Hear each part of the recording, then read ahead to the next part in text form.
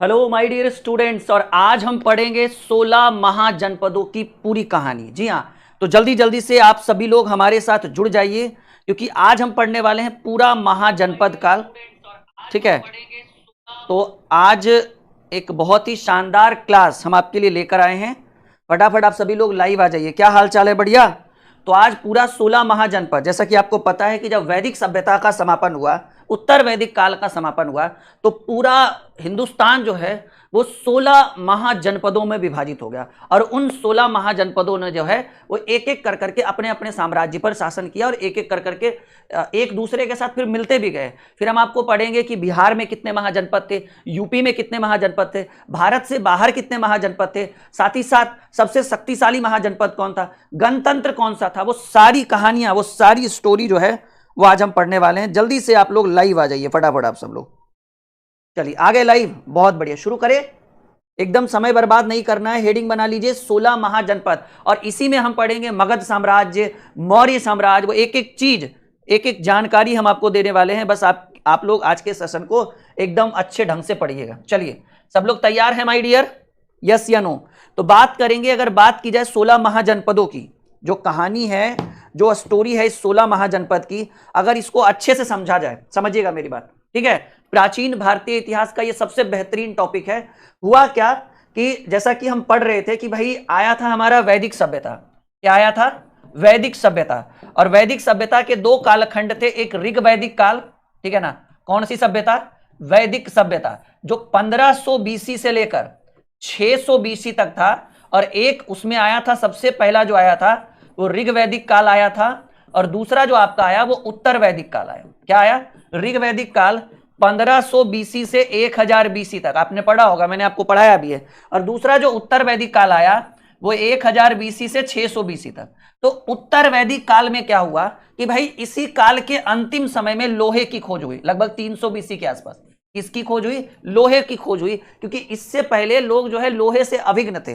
तो जैसे ही वैदिक सभ्यता में उत्तर वैदिक काल आया, और उत्तर वैदिक काल में जब लोहे की खोज हो गई, तो कर्म कांड बढ़ गया, लड़ाई झगड़ा युद्ध की ओर लोग जाने लगे, क्योंकि एक कठोर धातु मिल गया था जिससे एक दूसरे के साथ लड़ सकते हैं। और लोहे की खोज ने जो है वो वैदिक सभ्यता के बाद पूरे साम्राज्य को, पूरे भारत को 16 महाजनपदों में विभाजित कर दिया। ठीक है, 16 महाजनपदों में विभाजित कर दिया। और आपने सुना होगा कि कुल कितने महाजनपद हैं? 16 महाजनपद। और इसी 16 महाजनपद में जो हमारा मगध महाजनपद है, जिसको हम लोग अभी पटना कहते हैं जी, हमारी मातृभूमि, हमारी कर्मभूमि, तो मगध महाजनपद जो है ये सबसे शक्तिशाली महाजनपद था।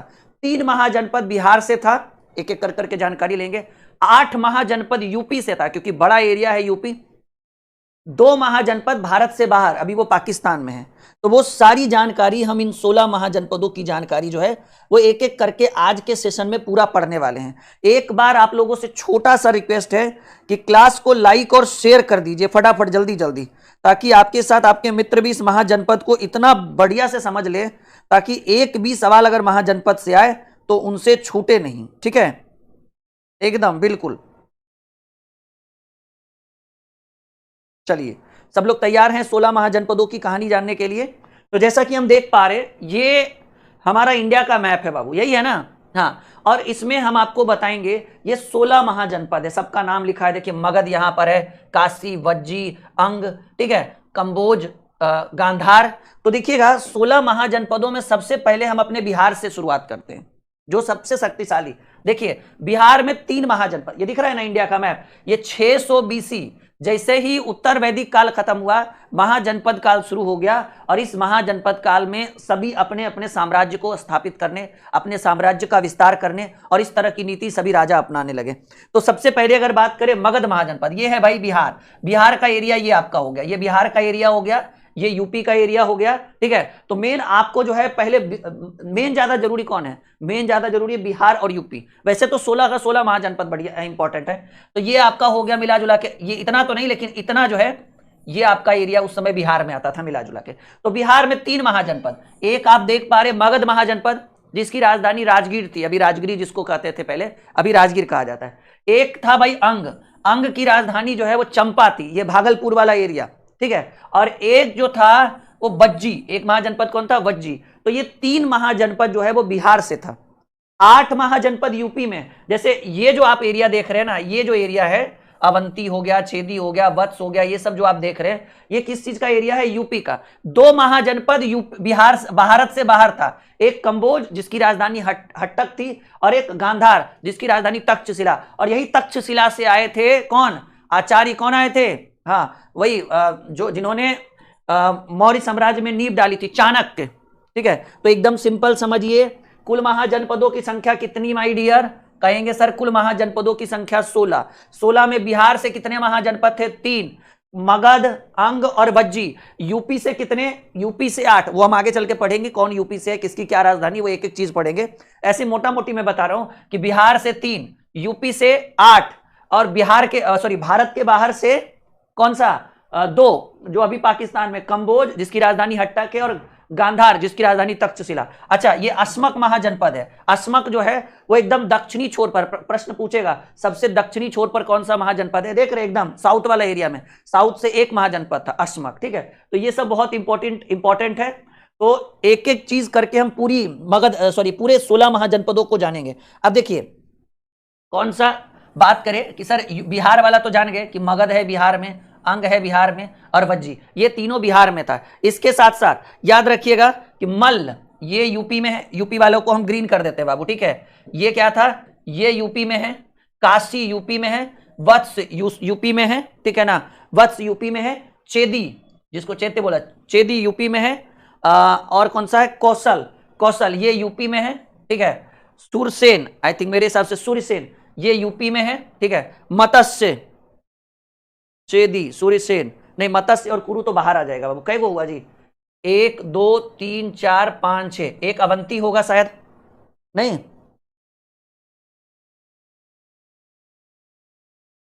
कौशल, मत्स्य, एक और होगा कोई, कौन सा है देखिए ना। कुरु तो बाहर आ जाएगा, कुरु और मत्स्य बाहर आ जाएगा, वो आपका उधर वाले एरिया में आएगा। मतलब मिला जुलाकर मानकर चलिए, ठीक है, कि कुल महाजनपदों की संख्या कितनी थी? 16, जिसमें से ये जो 3 दिख रहा है वो बिहार में था, बाकी 8 यूपी में, 8 3 11, और 2 बिहार से बाहर, बाकी ये अस्मक आपका साउथ एरिया में पड़ जाएगा। तो ये 16 महाजनपद था। सब लोगों को इतना समझ में आ रहा है? यस या नो में जवाब दीजिए, हाँ या ना में उत्तर दीजिए। महाजनपद की शुरुआत 600 ईसा पूर्व में हुई थी। तो अगर हम बात करें तो देखिए महाजनपद काल, अब इसकी पूरी जानकारी, पूरी व्याख्या हम करेंगे कुछ इस तरीके से। कहा गया है कि 6ठी शताब्दी ईसा पूर्व में भारत में द्वितीय नगरीकरण पर। पहली नगरीकरण कब हुई? पहली नगरीकरण सिंधु घाटी सभ्यता में हुआ था। वैदिक सभ्यता तो एक ग्रामीण सभ्यता था, वो नगरीकरण थोड़ी था। अगर आपसे पूछा जाए कि हिंदुस्तान में, भारत में पहली बार नगरीकरण कब हुआ था, तो कहेंगे जब सर सिंधु घाटी सभ्यता का चलन था तब नगरीकरण हुआ था, यानी 2350 BC में।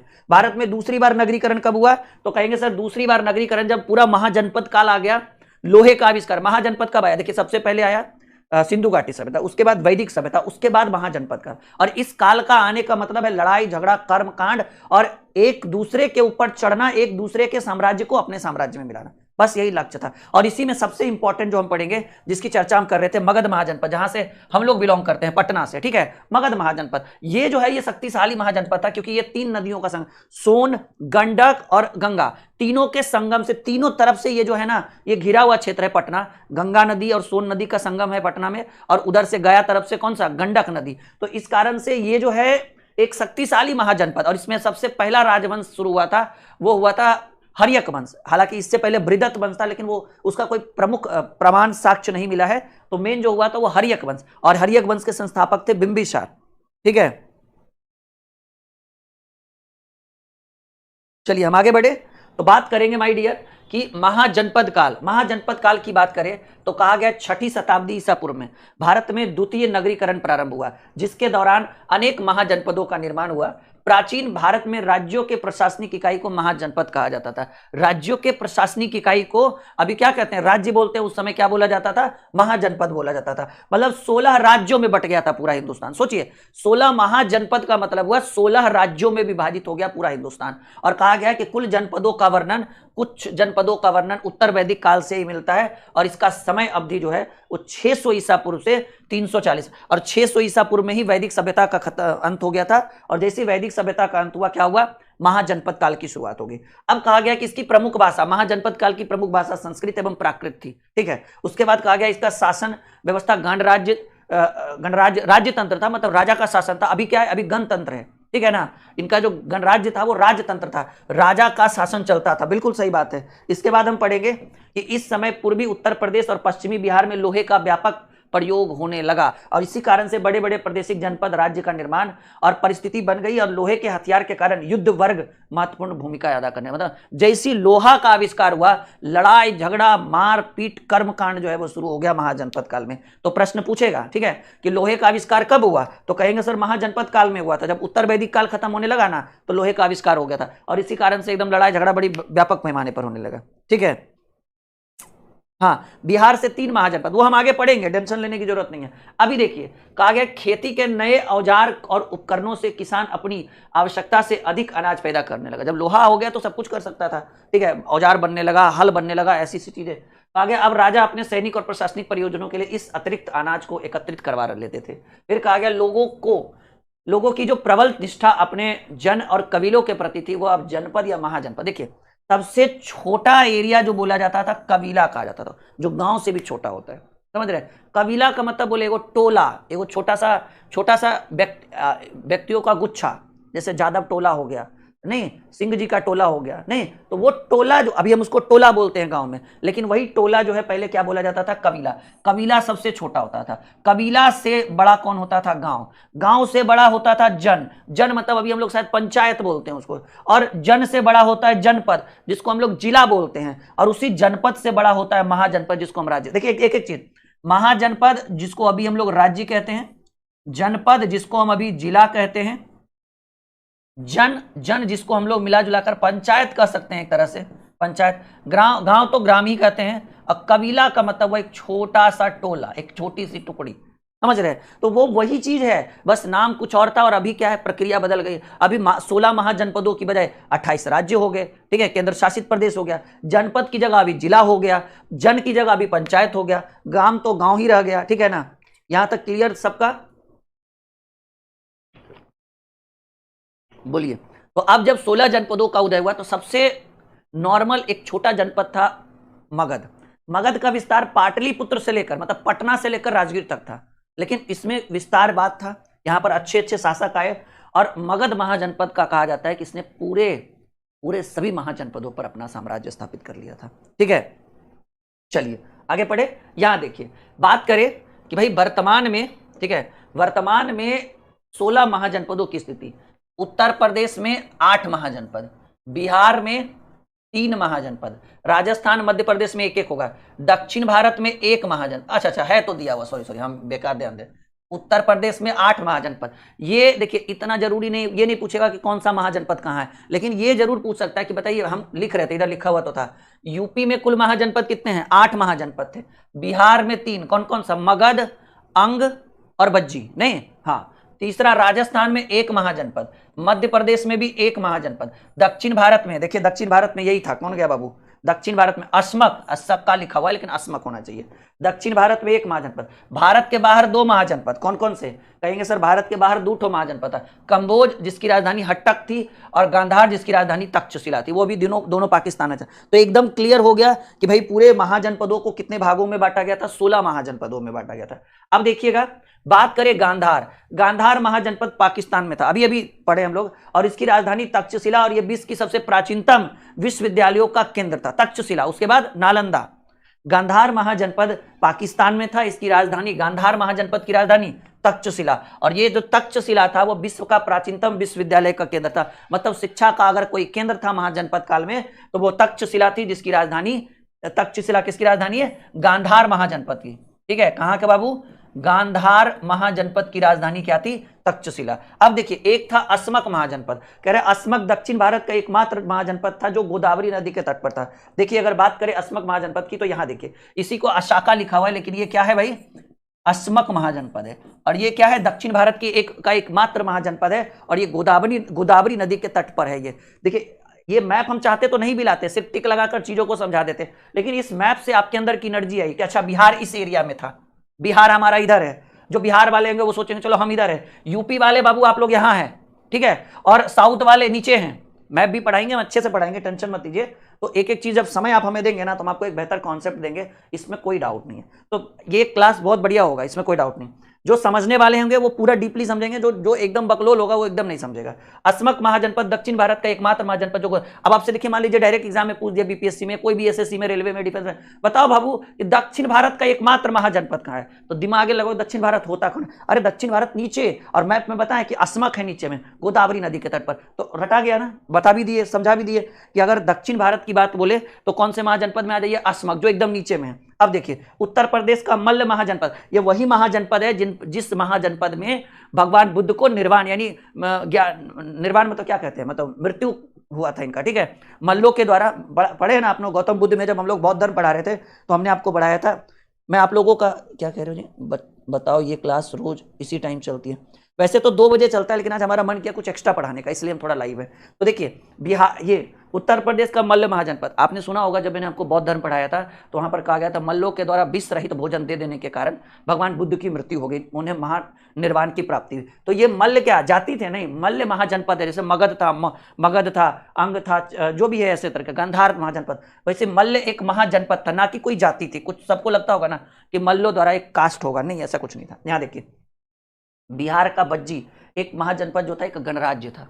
मतलब गणराज्य का मतलब समझ रहे हैं, मतलब एक तरह से, इसके बारे में हम आगे समझाएंगे आपको, ठीक है। चलिए अभी रहने दीजिए, ये अभी आगे बढ़ते हैं एक एक चीज, क्योंकि अभी से ही आगे कर देंगे तो फिर कंफ्यूजन ज्यादा बढ़ जाएगा। देखिए वज्जी की राजधानी वैशाली में लिच्छवी गणराज्य का शासन था, जो पूरे विश्व का सबसे पुराना गणराज्य था, और इसमें कुल 8 कुलों का एक संघ है। आपसे पूछेगा कि भाई बिहार में एक गणराज्य महाजनपद कौन था, गणराज्य था, तो कहेंगे वज्जी, ठीक है, वज्जी, जिसकी राजधानी वैशाली। देखिए कह रहे बिहार का वज्जी महाजनपद एकमात्र गणराज्य था, ठीक है। यहां तक पहले आप लोग बताइए, क्लियर है सबको? यस या नो में जवाब दीजिए सब लोग, हाँ या ना में, जल्दी बोलिए सब लोग, यस या नो में जवाब दीजिए।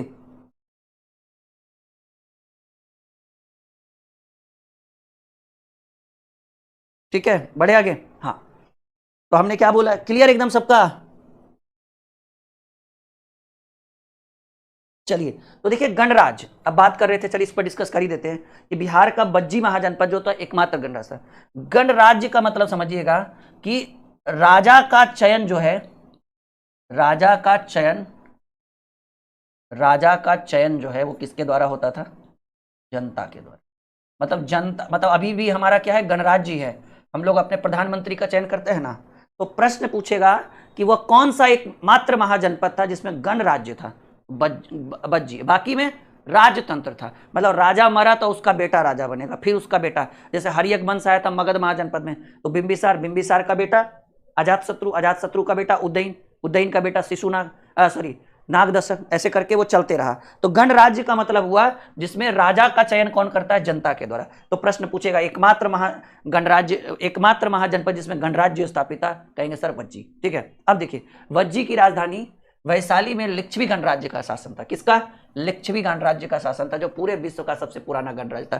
प्रश्न पूछेगा विश्व का सबसे पुराना गणराज्य, कहेंगे लिच्छवी। कहाँ था? इस राज्य में, वज्जी महाजनपद में, और राजधानी वैशाली थी, ठीक है। वज्जी वैशाली उधर हाजीपुर का एरिया आप लोग का पड़ेगा शायद, ठीक है।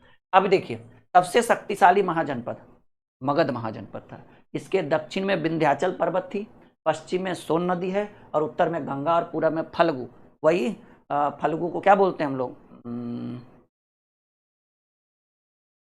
गया वाला जी, फल्गु नदी, हाँ फल्गु नदिया जैसी है। और देखिए सिंपल बात है, अगर आपका शहर 3 तरफ से समुद्र से घिरा हुआ है, नदियों से घिरा हुआ है, तो पहला नंबर तो सिंचाई वाला क्षेत्र हो गया। और 3 तरफ से अगर नदियों से घिरा हुआ है, समुद्रों से घिरा हुआ है, तो सिंपल बात है भाई कि बाह्य आक्रमण तो नहीं होगा। अब पानी से पैर कराएगा तबे ना। इसी कारण से सिकंदर आया था और व्यास नदी को पार नहीं किया, और वो वापस लौट गया था, ठीक है ना। तो ये आप लोग जानिएगा। तो कहा रहा है कि महाजनपद के क्या कह रहा है, सबसे शक्तिशाली महाजनपद मगध महाजनपद था। इसके दक्षिण में विंध्याचल पर्वत, और पश्चिम में सोन नदी, उत्तर में गंगा, और पूर्व में फल्गु, ठीक है। कौन सी नदी? फल्गु नदी थी, ठीक है। इसमें कह रहा है कि महाजनपद के प्राकृतिक दुर्ग का कार्य करती थी, ठीक है। मतलब दुर्ग का मतलब किलेबंदी, तो किलाबंदी करने की जरूरत है था। तीनों तरफ से पानी था। कौन भाई आएगा वास्को डी गामा की तरह वो लेकर, ठीक है। उतना टेक्नोलॉजी भी नहीं था महाजनपद काल में, तो छोड़ देता, सोच छोड़ो हटाओ, कौन जाता है।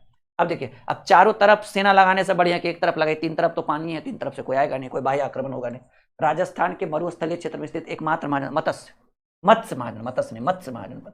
प्रश्न पूछेगा राजस्थान में भी एक महाजनपद था, मध्य प्रदेश में भी एक महाजनपद था, तो राजस्थान के मरुस्थलीय क्षेत्र में स्थित महाजनपद कहाँ था?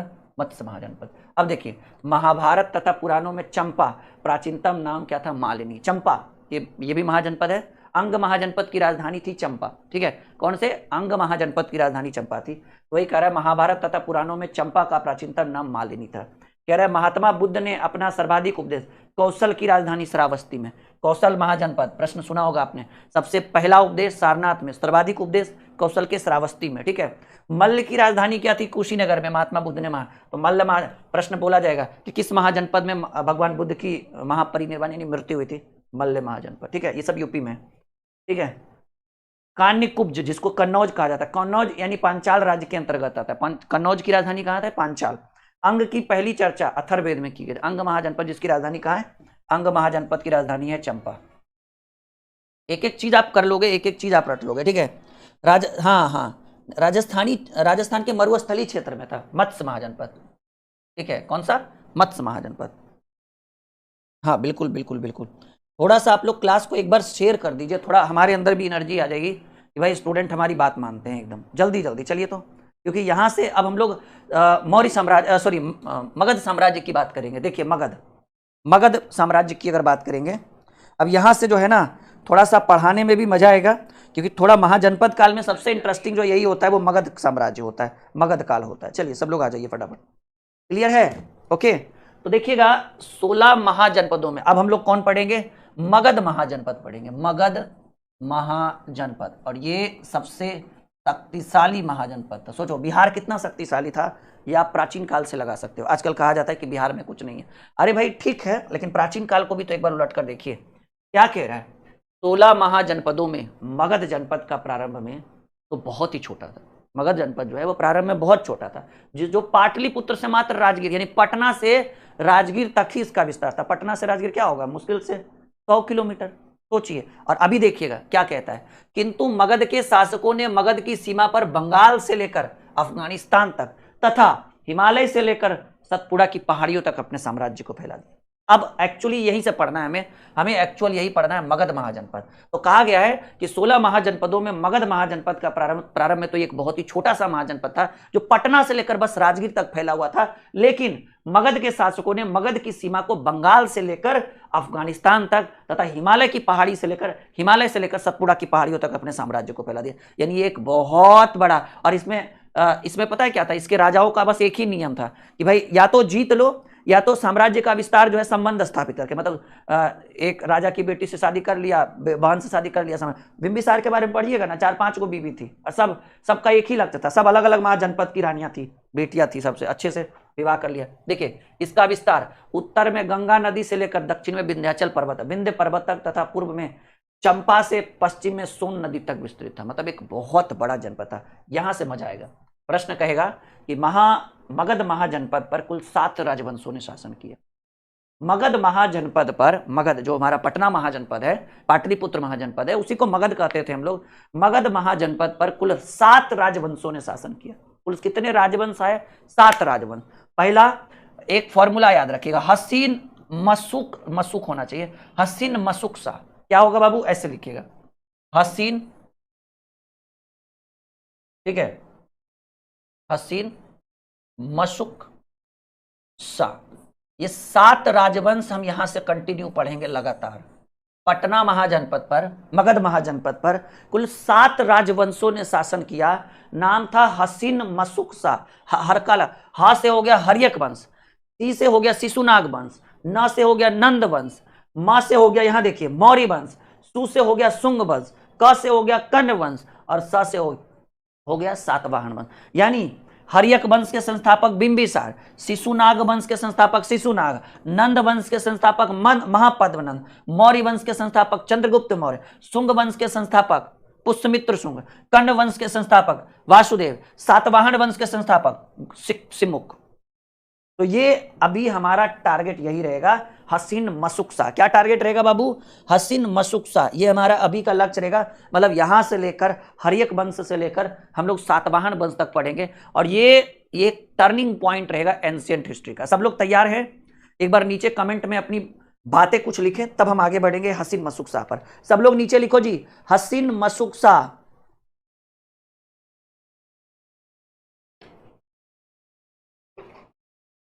बोलिए। हर्यक वंश में सॉरी मगध साम्राज्य पर, मगध महाजनपद पर कुल 7 राजवंश आए। 7 राजवंश करे, 7 राजा नहीं, राजा तो बहुत सारा, हर राजवंश में 4-4 5-5 4-4 5-5। ठीक है, बोलिए। ट्रिक से याद करिए, लिखिए हसीन मसुकसा, यहां मैंने लिख दिया है हसीन मसुकसा। ह से हर्यक, सी से शिशुनाग, न से नंद, म से मौर्य, सु से सुंग, क से कण्व और लास्ट में स जो है सातवाहन। देखिए हसीन मसुकसा। अब सबसे पहले जो हमें पढ़ना है बाबू, वो पढ़ना है हर्यक वंश। हर्यक वंश, हालांकि हर्यक वंश से पहले हम थोड़ा सा जानकारी आपको बृहदत्त वंश के बारे में देंगे, लेकिन बृहदत्त वंश का कोई लिखित साक्ष्य मौजूद नहीं होने के कारण उसको लोग इग्नोर करके चलते हैं। हर्यक वंश के संस्थापक जो थे वो बिंबिसार थे। कौन थे बाबू? बिंबिसार थे। हर्यक वंश के संस्थापक बिंबिसार। बिंबिसार की हत्या उसके पुत्र अजातशत्रु ने कर दी। तो उसके बाद कौन आ गया? अजातशत्रु। अजातशत्रु की हत्या उसके पुत्र उदयन ने कर दी। कौन कर दिया? उदयन ने कर दिया। और उदयन को किसी अज्ञात व्यक्ति ने चाकू घोप कर मार दिया और उसका बेटा आ गया नागदशक। ठीक है, नागदशक। देखिए सिंपल समझिएगा, एक एक चीज। हर्यक वंश के संस्थापक बिंबिसार, उसका बेटा अजातशत्रु, अजातशत्रु का बेटा उदयन, उदयन के बाद नागदशक। ये 4 लोग जिन्होंने हर्यक वंश में शासन किया। फिर शिशुनाग, एक एक करके आइए, चलिए सीखिए। अगर सीख रहे हैं तो हेडिंग बनाइए, ऊपर हेडिंग बनाइए मगध साम्राज्य।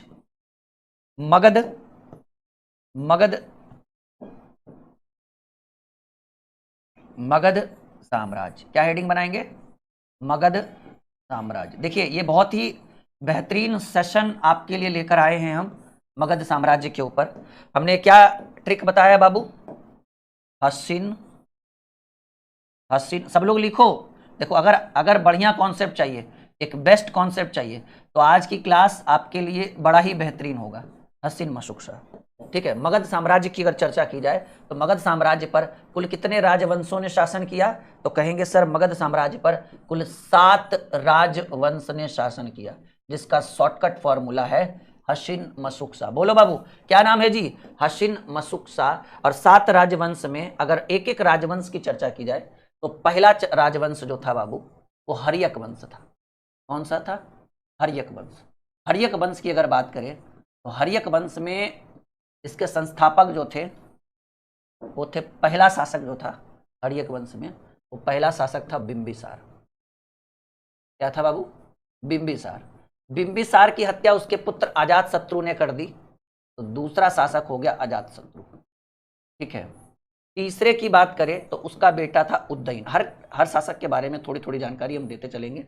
और चौथा जो था वो नागदशक था, वो एक अयोग्य शासक था। तो हर्यक वंश का सबसे अंतिम शासक हो जाएगा नागदशक।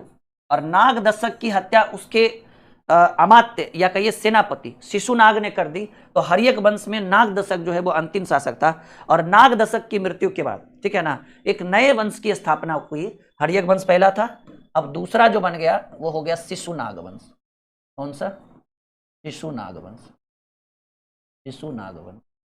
ठीक है, शिशुनाग वंश के संस्थापक जो थे वो शिशुनाग थे। कौन थे बाबू? शिशुनाग थे। और शिशुनाग के बाद हर्यक वंश का सबसे प्रतापी शासक आया कालाशोक। क्या आया? कालाशोक आया। ठीक है, कालाशोक के बाद एक और शासक थे जिनका नाम था शिशुनाग, कालाशोक, और एक था जो भी है, तीसरा शासक का थोड़ा सा नाम याद नहीं है। उसकी हत्या उसके सेनापति महापद्मनंद ने कर दी। हरियन, शिशुनाग, और उसके बाद कौन सा वंश आ गया?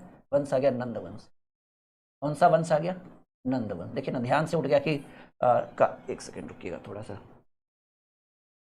अजातशत्रु, ये सब पढ़ेंगे, एक एक कर करके पढ़ेंगे। उदयन, शिशुनाग, शिशुनाग के बाद कालाशोक, थोड़ा सा कालाशोक था।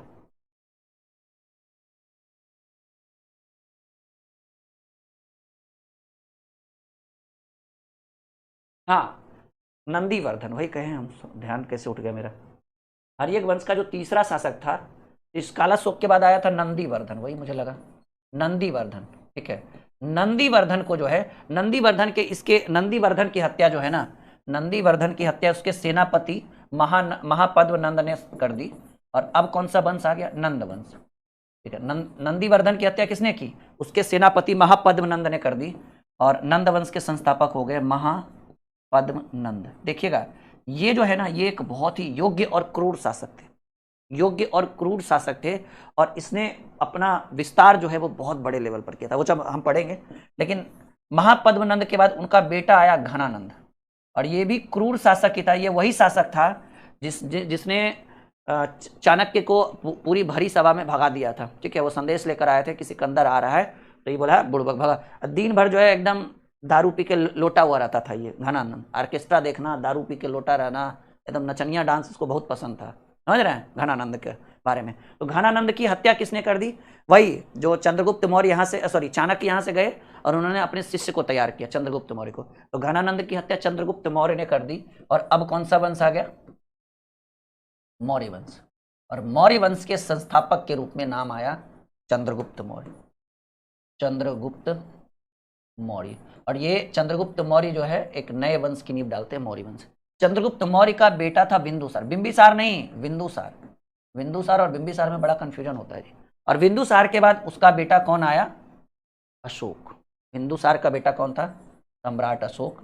और अशोक ने जो है वो विश्व विजेता बनना चाहता था। ये कलिंग युद्ध के बाद इसने जो है त्याग दिया, शस्त्र को त्याग दिया। चलिए इतनी सी बातें आप लोगों को क्लियर है? बोलो बाबू, बढ़े आगे। तो ये हमारा अभी और है, मौर्य वंश, शुंग वंश, एक एक कर करके सब पढ़ेंगे, एक एक कर करके जानकारी देंगे। अब एक ही बार में पूरा, ये मोटी मोटी जानकारी थी, जब हम लोग एक एक शासक के बारे में पढ़ेंगे तो पूरी जानकारी हमें प्राप्त होगी। तो अब यहां से हम शुरू करते हैं हर्यक वंश। हर्यक वंश 544 बीसी में, क्योंकि ईसा पूर्व की घटना है ये वही समय है जब गौतम बुद्ध का शासनकाल। मतलब हर्यक वंश के जो संस्थापक बिंबिसार थे, और हमारे भगवान बुद्ध और महावीर स्वामी जो है वो इनके समकालीन थे। मतलब जैसे समकालीन, मतलब आप हमारे समकालीन हैं, हम लोग एक ही शासनकाल में हैं, तो ये हो गया समकालीन। यहां तक सबको अच्छा लग रहा है? एक बार यस या नो में जवाब बताइएगा जरा जी।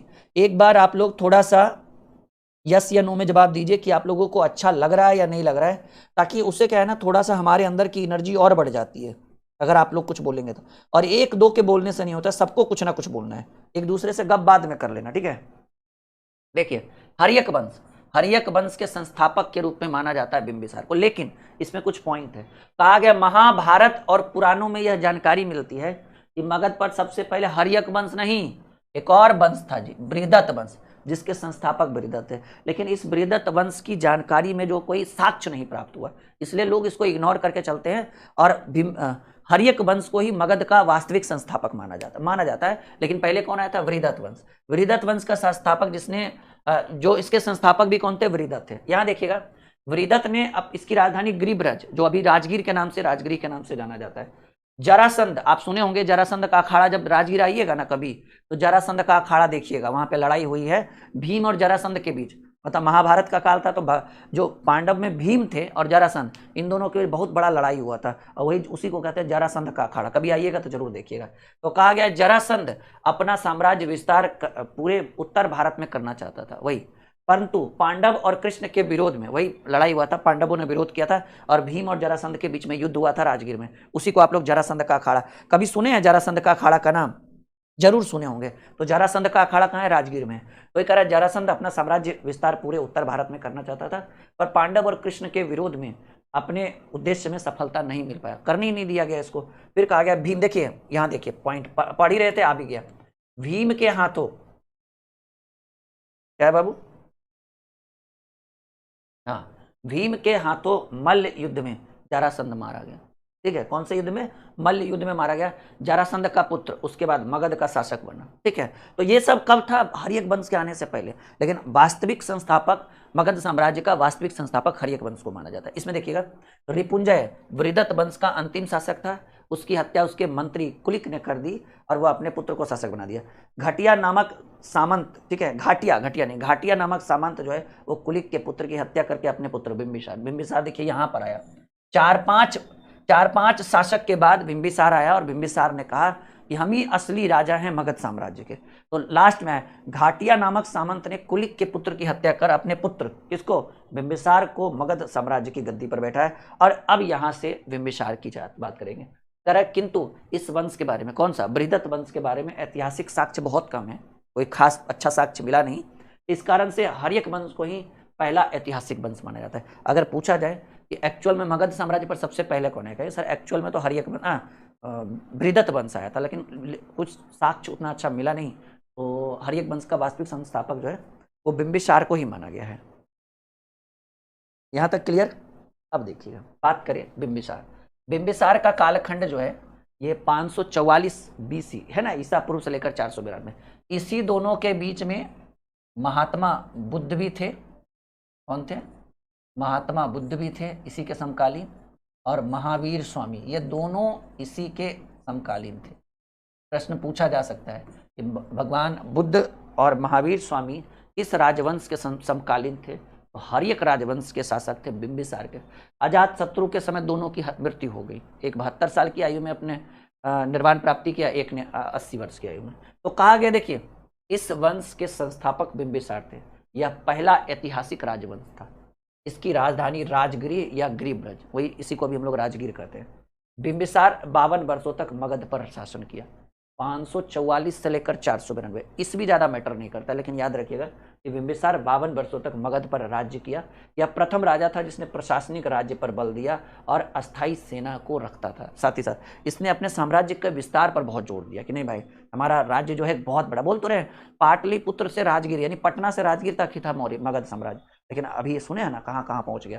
कहा गया है बिंबिसार पहले तो बौद्ध धर्म का अनुयायी था, लेकिन बाद में इसने शायद जैन धर्म को अपना लिया था। ठीक है, आगे हम बढ़ेंगे। बिंबिसार बौद्ध धर्म का अनुयायी था, मतलब दोनों धर्मों को मानता था, लेकिन मेन रूप से वो जैन धर्म का अनुयायी, जैन धर्म को मानता था।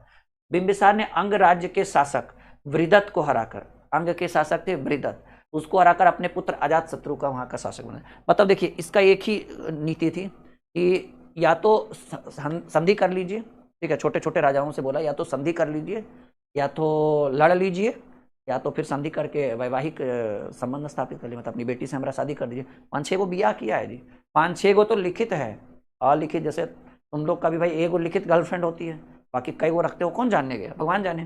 ठीक है, तो कहा गया बिंबिसार ने विवाह के माध्यम से दहेज के रूप में लिए गए क्षेत्र से अपने साम्राज्य का विस्तार किया।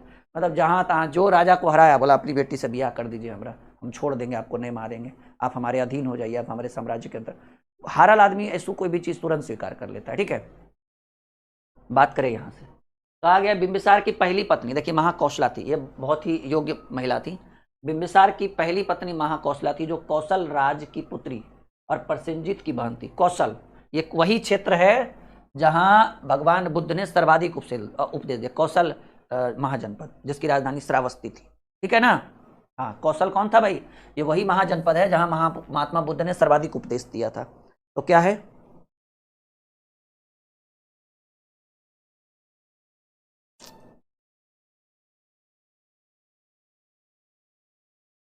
चलो यहां देखो, कहा गया बिंबिसार की पहली पत्नी महाकौशला थी, जो कौशल राज्य की पुत्री प्रसेनजीत की बहन, और इसके साथ दहेज में काशी प्रांत मिला था। सोचिए, मतलब कौशल की राजधानी श्रावस्ती और वो काशी बनारस वाला क्षेत्र था, और जब इसने महाकौशला से विवाह किया ना, तो इसको पूरा काशी दहेज में मिला था बिंबिसार को। लीजिए काशी का टैक्स आप वसूल करिए। और सोचिएगा उस समय ईसा पूर्व की बात करें, उस समय काशी से 1 लाख रुपया सालाना टैक्स आता था इसको, बिंबिसार को। देखिए ना, जिससे 1 लाख की कमाई वार्षिक आय आती थी। 1 लाख रुपया ईसा पूर्व में, सोच सकते हैं अभी का कितना अरब के बराबर होगा।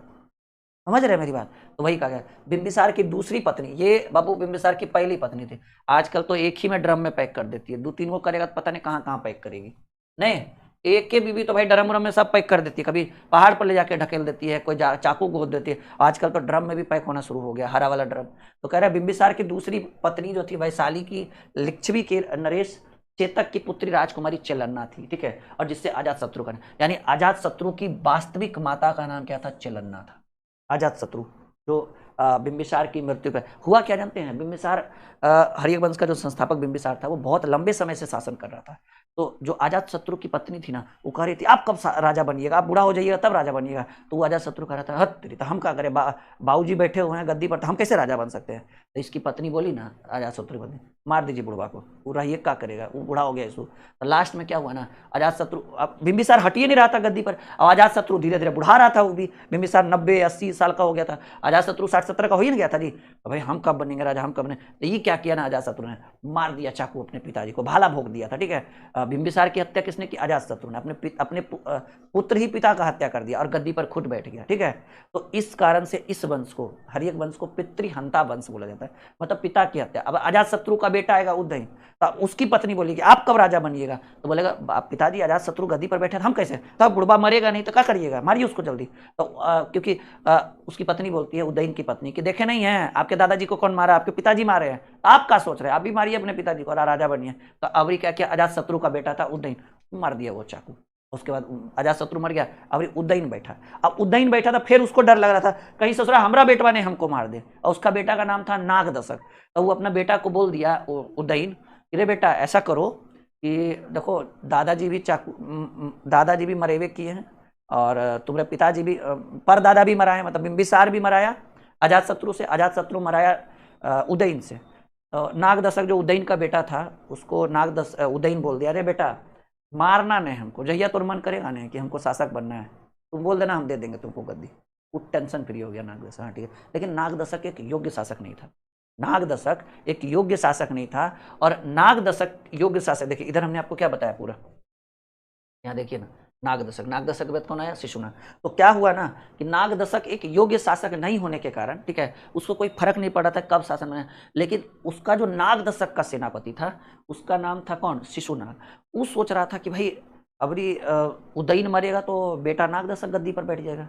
तो ये क्या किया ना, कहा कि सबसे डिस्टर्बिंग एलिमेंट जो है उदयन है, नागदशक तो ऐसे बकलोले है, ऐसा करते हैं उदयन को मरवा देते हैं। तो उदयन को अज्ञात लोगों के द्वारा चाकू घोंप कर मारा गया। उदयन को की हत्या नहीं की गई, चाकू घोंप कर कहीं जा रहा था, उसको अज्ञात कौन मारा पता नहीं चला, सोचो राजा को मार दिया। तो सेनापति मेन होना चाहिए ना, तो उदयन का सेनापति था शिशुनाग। और शिशुनाग जो है मतलब अज्ञात लोगों से मरवाया, मतलब उसके ऊपर अभी प्रमाण नहीं है, लेकिन माना यही जाता है कि शिशुनाग नहीं मरवाया था। तो शिशुनाग ने उदयन को मरवा दिया। अब बकलोलवा बच गया नागदशक को कुछ दिन के लिए गद्दी पर बैठा दिया, ठीक है, ऐसी फॉर्मेलिटी के लिए। अब नागदशक एक अयोग्य शासक था, एक दिन क्या किया, शिशुनाग जो है नागदशक को मार दिया। और शिशुनाग को नागदशक मारा, शिशुनाग ने नागदशक को जब मारा तो हर्यक वंश समाप्त हो गया, क्योंकि एक नया व्यक्ति आ गया। पहले क्या था, एक ही पोता मार रहा था, दादा बेटा बाप को मार रहा था, बेटा बाप को मार रहा था, बेटा बाप को मार रहा था, तो वंश तो वही था ना, खाली शासक चेंज हो रहा था। लेकिन अब कोई सेनापति मार दिया राजा को, तो उसने शिशुनाग था इसलिए उसने अपने नाम पर शिशुनाग वंश की स्थापना कर दी। तो वहीं से हर्यक वंश खत्म हो गया, शिशुनाग। उसका संस्थापक शिशुनाग थे। शिशुनाग से योग्य शासक आया कालाशोक, जिसने बहुत प्रभावित किया, ठीक है। और कालाशोक के बाद आया नंदीवर्धन, और नंदीवर्धन की हत्या उसके सेनापति महापद्म नंद ने करके नंद वंश की स्थापना कर दी। तो ऐसे स्क्रीन साफ कहाँ से दिखेगा बाबू, तुम अच्छा से मोबाइल अपना क्वालिटी बढ़ाओगे तब ना। देखो यहाँ क्या था, बिंबिसार की दूसरी पत्नी वैशाली लिच्छवी नरेश चेतक की पुत्री या राजकुमारी कहिए चेलन्ना थी, जिससे अजातशत्रु का जन्म हुआ। मतलब अजातशत्रु की माता का वास्तविक माता का नाम क्या था, चेलन्ना। ऐसे तो 4-5, ऐसे तो 100 माँ उसकी माँ होगी, ठीक है। 100 बिया से कम किया होगा बिंबिसार जी। अरे 4-5 तो लिखित है, अलिखित का एगो अभी भी आजकल लिखित रहता है ढेर सा, ठीक है। अब कह रहा है बिंबिसार की तीसरी पत्नी पंजाब की मद्र कुल की राजकुमारी क्षेमा थी, ठीक है। फिर कहा गया कि बिंबिसार की चौथी पत्नी आम्रपाली थी, जो वैशाली की गणिका थी, ठीक है। बिंबिसार अपनी पत्नी रानी चेलन्ना से प्रभावित होकर जैन धर्म अपना लिया। पहले क्या था, बौद्ध धर्म का अनुयायी था बिंबिसार, लेकिन वो एक्चुअल में अपनी पत्नी कौन थी, किसको, कौन सी पत्नी है, चेलन्ना से जो था ना बिंबिसार का बड़ा अच्छा कनेक्शन था, इसलिए वो अपना उसी के बेटा को अजातशत्रु को शासक बनाई, चेलन्ना को, ठीक है। तो चेलन्ना से उसका प्रभाव, जैसे होता है ना एक प्रिय पत्नी होता है, ठीक है ना। जैसे अकबर के बारे में पढ़िएगा तो पहले वो उनकी प्रिय पत्नी जो थी वो क्या रुकैया बेगम थी, लेकिन जब उसने अकबर ने जब जोधा बेगम से शादी कर लिया तो उनकी प्रिय पत्नी जोधा हो गई, रुकैया का वैल्यू कम गया, ठीक है। तो कह रहा है बिंबिसार की तीसरी पत्नी चौथी पत्नी, समझ सकें। बिंबिसार अपनी पत्नी रानी चेलन्ना से प्रभावित होकर जैन धर्म, यानी बिंबिसार जो है वो किस धर्म को मानता था, जैन धर्म को मानता था। उसका बेटा अजातशत्रु बौद्ध धर्म को मानेगा, क्योंकि अजातशत्रु के ही शासनकाल में प्रथम बौद्ध संगीति 483 ईसा पूर्व में हुआ था, याद करिए। राजा महाराजा आए, वैश्या सबका काल है, पटाओ मत आशिक कुंवर जी कंगाल है। पढ़ाए थे ना। तो पहली बौद्ध संगीति किसके शासन काल में हुई थी? बिंबिसार के बेटे अजातशत्रु के काल में। कह रहा है यह जैन धर्म और बौद्ध धर्म दोनों को समकालीन था। बोले थे ना, देखिए ना, हम क्या बोले, महात्मा बुद्ध और महावीर स्वामी दोनों के समकालीन थे। कह रहे बिंबिसार के पिता का नाम भाटिया था। क्या था? भाटिया था। पुराणों में बिंबिसार को श्रेणिक कहा जाता है। इसके समय अवंती के राजा चंद्रप्रदोत, देखिए एक राजा थे चंद्रप्रदोत, अवंती के एक राजा थे चंद्रप्रदोत। क्या नाम है बाबू? सुनिए, ये बड़ा इंपॉर्टेंट घटना है। अवंती के एक राजा थे चंद्रप्रदोत, चंद्रघोत नहीं, चंद्रप्रदोत नाम है, ठीक है ना, सही ढंग से लिख लीजिएगा। ऐसे सुनिए ना, अवंती के एक राजा थे जिनका नाम था चंद्रप्रदोत। वो जो है ना, वो एक बीमारी से कौन सा बोलते, कोई बीमारी से ग्रसित थे। तो जो बिंबिसार थे उसने अपने जीवक को भेजा, बोला कि भाई जाओ अवंती चले जाओ तुम, और अवंती के एक राजा जो थे, अवंती के राजा चंद्रप्रदोत बड़ा बीमार है, उनको ठीक करके आओ। तो मगध साम्राज्य का राजा था, उसके पास एक से एक जीवक था, वैद्य था। तो वैद्य का नाम क्या था? जीवक। इसको भेज दिया उन्होंने, और ये जो जीवक था इन्होंने चंद्रप्रदोत को सही कर दिया। तो अवंती कहा कि ठीक है, हम आपकी अधीनता स्वीकार करते हैं। राजा की आपने जान बचाई है। जब सारा वैद्य हकीम बोला कि नो चांस, क्योंकि उतनी टेक्नोलॉजी थी नहीं, तो सबने कहा दिया कि अब अवंती के राजा चंद्रप्रदोत नहीं बचेंगे। लेकिन जीवक गया, बिंबिसार के कहने पर वो गया और उसने उनको अच्छा स्वस्थ कर दिया। तो चंद्रप्रदोत जो थे अवंती के राजा, तो अवंती किसमें आकर मिल गया? मगध। अरे एक एक कर करके मगध 16 महाजनपद पर अपना साम्राज्य था, 16 पर, मतलब जो सबसे छोटा था वो सबसे बड़ा हो गया। तो डिपेंड करता है कि राजा अच्छे मिले, शासक अच्छे मिले। देखिए, अतः ठीक करने के बाद बिंबिसार ने अपने राजा राजवैद्य जीवक को भेजा, और जीवक के इलाज से चंद्रप्रदोत स्वस्थ हो गए। उन्हें अवंती को मगध के अधीन कर दिया गया कि जाइए, अब हम ठीक हो गया तो हम आपके अधीन हो गए, बिंबिसार के अधीन हो गया अवंती, पूरा चंद्रप्रदोत। और अंग राज्य को जीतकर मगध साम्राज्य में विस्तार कर, मतलब एक एक कर करके सबको जीत लिया गया मगध के द्वारा। फिर कह रहा है बिंबिसार छोटे राज्यों को युद्ध करके जीत लेता था, इसने वैशाली पर भी आक्रमण किया। किंतु सब देखिए, अब सवाल आएगा कि भाई एकमात्र ऐसा क्षेत्र जिस पर बिंबिसार नहीं, एकमात्र महाजनपद जिस पर बिंबिसार नहीं जीत पाया, वो था वैशाली। हो सकता है एग्जाम में पूछ दे कि बताइए वो कौन सा महाजनपद था जिसको हर्यक वंश का संस्थापक बिंबिसार नहीं जीत पाया? वैशाली। आगे जब हम लोग अजातशत्रु के बारे में पढ़ेंगे तब वहां पर इसकी चर्चा होगी, वैशाली की चर्चा। इसकी हत्या देखिए इसी के पुत्र अजातशत्रु ने कर दिया 492 ईस्वी में। तो ये कौन सा वंश है बाबू? है तो हर्यक वंश, लेकिन इसको कहा जाता है पितृहंता वंश। क्यों? देखिए पहले समझिए, 4 शासक आया। हर्यक वंश का संस्थापक बिंबिसार, बिंबिसार पहले था। दूसरे नंबर पर कौन आया? अजातशत्रु। कौन आया? अजातशत्रु। तीसरा कौन आया? उदयन, तीसरा शासक। और चौथा आया नागदशक। तो देखिएगा, समझिएगा इस चीज को। अजातशत्रु की हत्या, बिंबिसार की हत्या उसके पुत्र अजातशत्रु ने कर दिया और वो गद्दी पर बैठ गया। अजातशत्रु की हत्या उसके पुत्र उदयन ने कर दिया और वो गद्दी पर बैठ गया। उदयन की हत्या वैसे तो अज्ञात माना जाता है, इतिहास में माना जाता है कि उदयन को कुछ अज्ञात लोगों ने चाकू घोंप कर मार दिया था, लेकिन माना जाता है कि उदयन का एक सेनापति था जिसका नाम था शिशुनाग। ठीक है, शिशुनाग, और क्या बोलेंगे बाबू? शिशुनाग के रचित षड्यंत्र के द्वारा अज्ञात लोगों ने उदयन को चाकू घोंप कर मारा। रीजन क्या था? इस शिशुनाग यहाँ पर बैठा हुआ था, मान लीजिए, ठीक है ना, नागदशक, हाँ, मान लीजिए कि यहाँ बाबू शिशुनाग है, और शिशुनाग जान रहा है, ठीक है, शिशुनाग जान रहा है कि ये जो नागदशक है अयोग्य शासक, बकलोल है, इसके पास कोई नॉलेज नहीं है। तो रास्ते का कांटा कौन था? उदयन था ना। तो रास्ते का कांटा उदयन था, तो ऐसा क्या किया जाए? तो शिशुनाग ने क्या किया कि उदयन को ही पहले मरवा दिया। खुल के सामने से नहीं मारा, उसने मरवा दिया। तो उदयन तो कांटा हट गया रास्ते से, क्योंकि एक योग्य शासक, ये तीनों योग्य शासक थे जी, ये तीनों का तीनों एक योग्य, अबबल और एक प्रतिभाशाली शासक थे। बच गया नागदशक। नागदशक के बारे में जानिए रहा था शिशुनाग कि बकलोलवास कुछ होगा नहीं, लेकिन फिर भी जैसे उदयन मरा ना, इसका राज्याभिषेक करवा दिया गया, ठीक है तुम राजा बनना। कुछ साल राजा रहा, उसके बाद नागदशक जो है उसका गर्दनें रोत दिया, बोला खत्म खेला। अब नागदशक मर गया, जो हर्यक वंश का अंतिम राजा था। तो अब कौन बचा? सेनापति शिशुनाग। बोला अब हम अपना वंश बनाएंगे, क्योंकि वो अलग जाति, अलग वंश था, उसकी अलग जाति थी, उसने वंश बनाया शिशुनाग वंश। शिशुनाग वंश के संस्थापक शिशुनाग थे। तो वही कहा गया कि ये समझ में आ गया, ये पूरा वंश समझ में आ गया ना? हमको लग रहा है हर्यक वंश आपको अच्छे से समझ में आ गया होगा। हर्यक वंश की संस्थापना किसने की? शिशु बिंबिसार, फिर अजातशत्रु। तो बिंबिसार के बारे में पूरा पढ़ लिया। 4 शादी किया था, और किस लिए?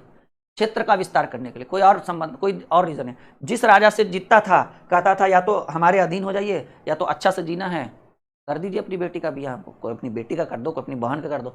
वो अलग सोता था, चलो ठीक है, आप खुश तो हम खुश, ठीक है।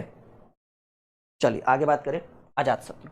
अजातशत्रु का अर्थ होता है शत्रु विनाशक, और इसका उपनाम था कुनिक। अपने बाप को मारकर खुद गद्दी पर बैठा था और 492 से 460 तक रहा था, ठीक है। तो बात करेंगे, इसका अर्थ होता है शत्रु का नाश करने वाला, शत्रु विनाशक। इसका अजातशत्रु का एक और उपनाम था, याद रखिएगा। अजातशत्रु किसका बेटा था? बिंबिसार का। कहेंगे सर अजातशत्रु का एक उपनाम था कुनिक, ठीक है।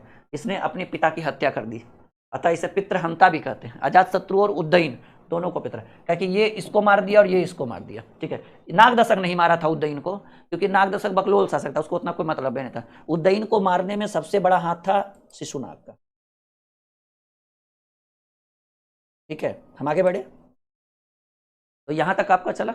अब अजातशत्रु के बारे में देखिएगा, कह रहा है कि इसका अर्थ होता है शत्रुओं का नाश करने वाला, शत्रु विनाशक, अतः इसे पितृहंता भी कहते हैं।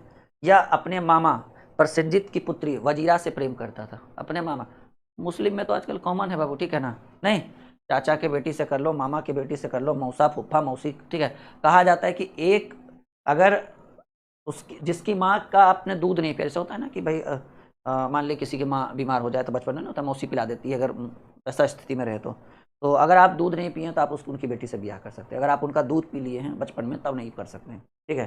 तो कहा जाता है कि यह अपने मामा, बताइए अजातशत्रु किससे विवाह कर किया है? अपने मामा की बेटी था, ठीक है, अपने मामा जी की बेटी प्रसेनजीत की पुत्री थी, जिसका नाम था वजीरा। क्या नाम था वो? वजीरा, ठीक है। अब समझिए, कहा गया है इसने सुरक्षा के दृष्टिकोण से राजगीर की किलेबंदी करवा दी। जो हम लोग राजगीर जाते हैं ना, इसको चारों तरफ से घेर दिया गया था। आपसे प्रश्न कभी पूछ भी सकता है कि किसने राजगीर को अपनी राजधानी बनाई सबसे पहले, तब तो बिंबिसार ही बोलिएगा। लेकिन राजगीर को किला बंदी करने वाला शासक कौन था? तो कहेंगे अजातशत्रु। राजगीर 5 पहाड़ियों से घिरा हुआ। जब राजगीर, कभी आप लोग राजगीर गए कभी? यस या नो? हम तो बहुत बार गए, आप लोग गए या नहीं? इसने सुरक्षा के दृष्टिकोण से राजगीर की किलेबंदी करवा दी। हाँ बाबू, शिशुनाग वंश का समापन। शिशुनाग आएगा, पहले पहले हरियक वंश तो खत्म कर ले, वो तो हम मौखिक ऐसे बोल दिए। तो राजगीर 5 पहाड़ियों से घिरा हुआ क्षेत्र है। इसके समय सबसे बड़ी घटना हुई थी महात्मा बुद्ध की मृत्यु, याद रखिएगा। 2 घटना अजातशत्रु के काल में हुआ था। पहला तो महात्मा बुद्ध की मृत्यु हुई थी, और दूसरा प्रथम बौद्ध संधि थी, क्योंकि सबको लगता था कि बुद्ध चले गए तो कहीं बौद्ध धर्म धीरे धीरे कम ना हो जाए, बौद्ध धर्म का प्रचार, लेकिन ऐसा कुछ नहीं हुआ। बौद्ध धर्म अभी भी सबके दिलों पर राज करता है। नहीं,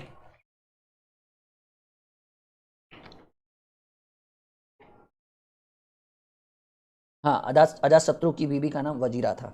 नहीं गए हो राजगीर? कभी जाना, बहुत अच्छा जगह है। गर्मी में मत आना, ठंड में आना कभी, ठीक है। अजातशत्रु के काल में ही सप्तपर्णी गुफा में राजगीर में पहली बौद्ध संगति, बोले तो थे।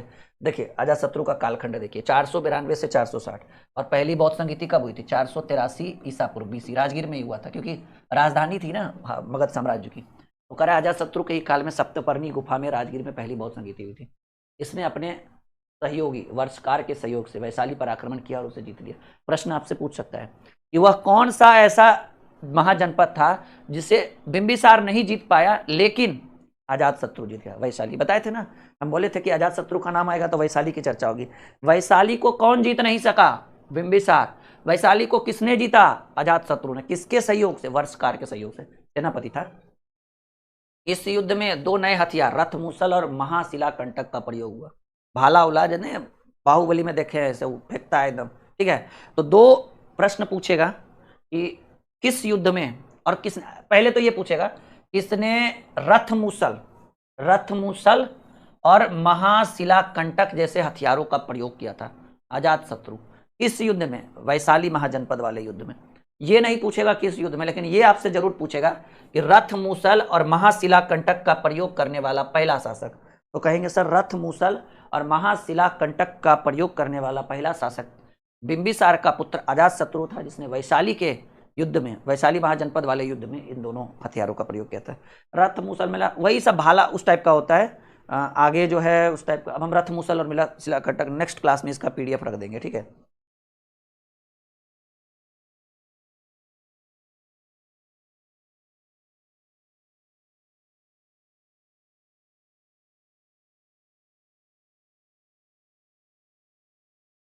रथ मूसल और महाशिला कंटक। सबसे इंपॉर्टेंट सवाल यही है। वो तो ठीक है भाई, पहली बहुत संगीति हुई थी अजात शत्रु के काल में। पूछेगा कि रथ मूसल और महाशिला कंटक का प्रयोग किस शासक ने किया था, याद रखिएगा अजात शत्रु।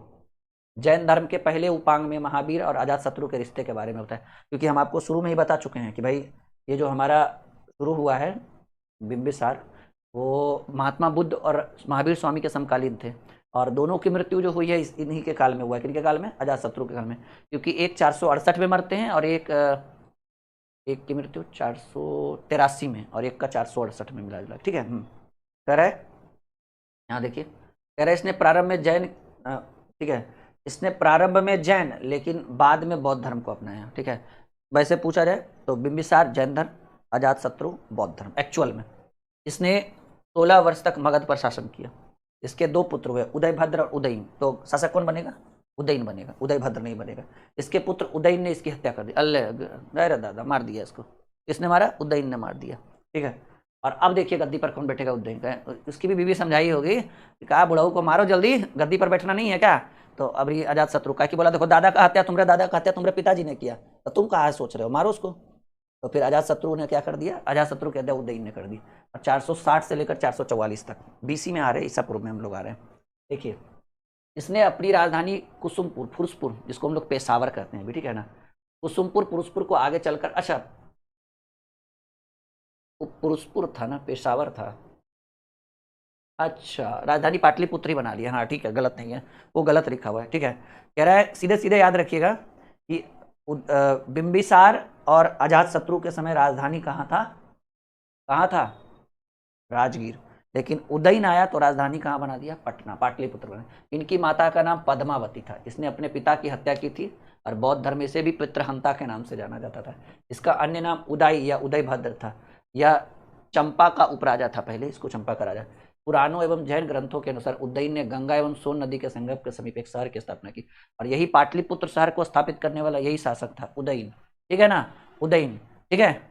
और इसके पटना, पाटलिपुत्र से क्या कर दिया? पटना नाम रख दिया। प्रश्न आपसे पूछेगा कि पाटलिपुत्र का संस्थापक कौन था? उदयन। कौन था? वो तो मगध साम्राज्य था ना जी, राजधानी राजगीर थी। पाटलिपुत्र का नाम कहाँ था? कुछ पाटलिपुत्र का नाम बाद में आया, जब उदयन का शासनकाल आया तो उसने कहा कि हम एक साम्राज्य की स्थापना करते हैं, एक शहर की स्थापना करते हैं गंगा और सोन नदियों के बीच। और अभी पटना देखिए कितना डेवलप है। वही कह रहा है कि पुराणों एवं जैन ग्रंथों के अनुसार उदयन ने गंगा और सोन नदियों के संगम के समीप एक शहर की स्थापना की, जिसका नाम पाटलिपुत्र रखा गया। इसके पुत्र ने पाटलिपुत्र को पटना नाम रख दिया। ठीक है ना। इसने अपनी राजधानी जैन चैत्य का निर्माण, ये सब इंपॉर्टेंट नहीं है। इसकी हत्या किसी, देखिए ये बोले थे ना कि अनजान लोगों के द्वारा की गई थी। उदयन की हत्या किसी अनजान व्यक्ति द्वारा चाकू से गोदकर कर दी गई। उदयन का पुत्र नागदशक एक अयोग्य शासक था और इसकी हत्या इसके सेनापति शिशुनाग ने कर दिया और एक नया राजवंश, नए वंश की स्थापना कर दी। और अब कौन सा वंश पढ़ेंगे? शिशुनाग वंश पढ़ेंगे। ठीक है। तो फिलहाल आज हम लोग यहाँ तक रहने देते हैं। कल से हम जो पढ़ेंगे वो शिशुनाग से हमारी शुरुआत होगी। तो एकदम क्लियर हो गया? एक बार फिर से रिपीट कर दे। चलिए सब लोग बोलिए तो, कौन सा वंश आज हम पढ़े हैं बाबू?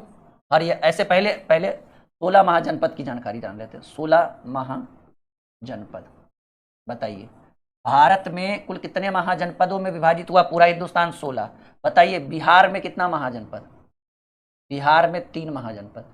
यूपी में कितना? यूपी में, बिहार में 3, यूपी में 8, राजस्थान में 1, मध्य प्रदेश में 1। ठीक है। साउथ इंडिया में भी 1, साउथ इंडिया में भी 1। 8 3 11, 11 3 14। और आउट ऑफ इंडिया, ठीक है, आउट ऑफ इंडिया कहेंगे सर बिहार से, भारत से बाहर जो है वो 2। ठीक है। बिहार में कौन कौन था? क्योंकि हम लोग बिहार से हैं तो थोड़ा डिस्कस करेंगे। मगध, ठीक है, अंग, मगध, अंग और वज्जी। ठीक है। यूपी में तो 8 है, एक एक कर करके सब पढ़िएगा, यूपी में भी 8 है। तो सबसे शक्तिशाली महाजनपद मगध महाजनपद। ठीक है। और जिस गणराज्य किस में था? वैशाली में। ठीक है ना। हाँ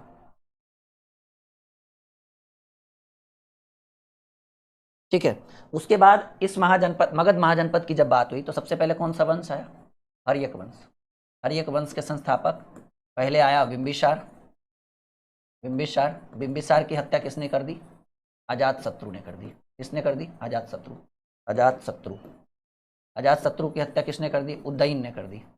उदयन को अज्ञात लोगों ने मार दिया और उसके बाद गद्दी पर कौन बैठ गया? नागदशक। और नागदशक की हत्या किसने कर दी? शिशुनाग ने। और कल से हम कौन सा वंश पढ़ेंगे? शिशुनाग ने कौन से वंश की स्थापना कर दी? शिशुनाग वंश की स्थापना कर दी। क्या हाल चाल माय डियर स्टूडेंट्स, कैसे हैं? तो हम लोग पढ़ रहे हैं महाजनपद काल।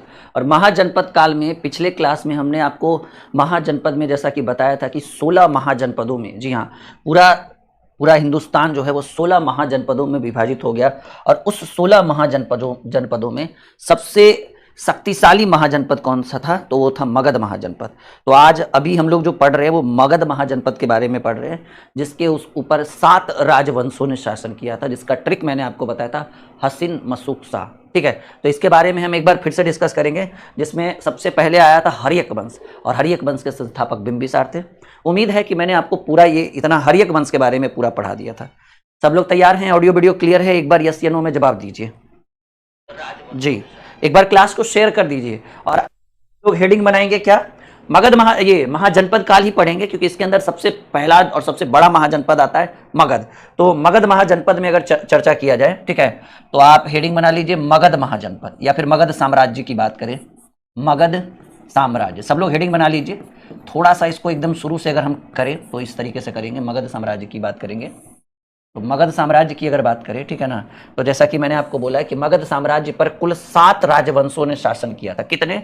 7 राजा नहीं, 7 राजवंश। ठीक है, और उन 7 राजवंशों का हमने ट्रिक आपको बताया था। हसिन, ऐसे लिखा जाता है, हसिन मशुक, हसिन मशुक शाह। क्या बाबू? हसिन मशुक शाह। यही इसी ट्रिक के अंतर्गत सारे राजवंशों का नाम छिपा हुआ है, और एक एक कर करके हम उन राजवंशों की चर्चा करेंगे।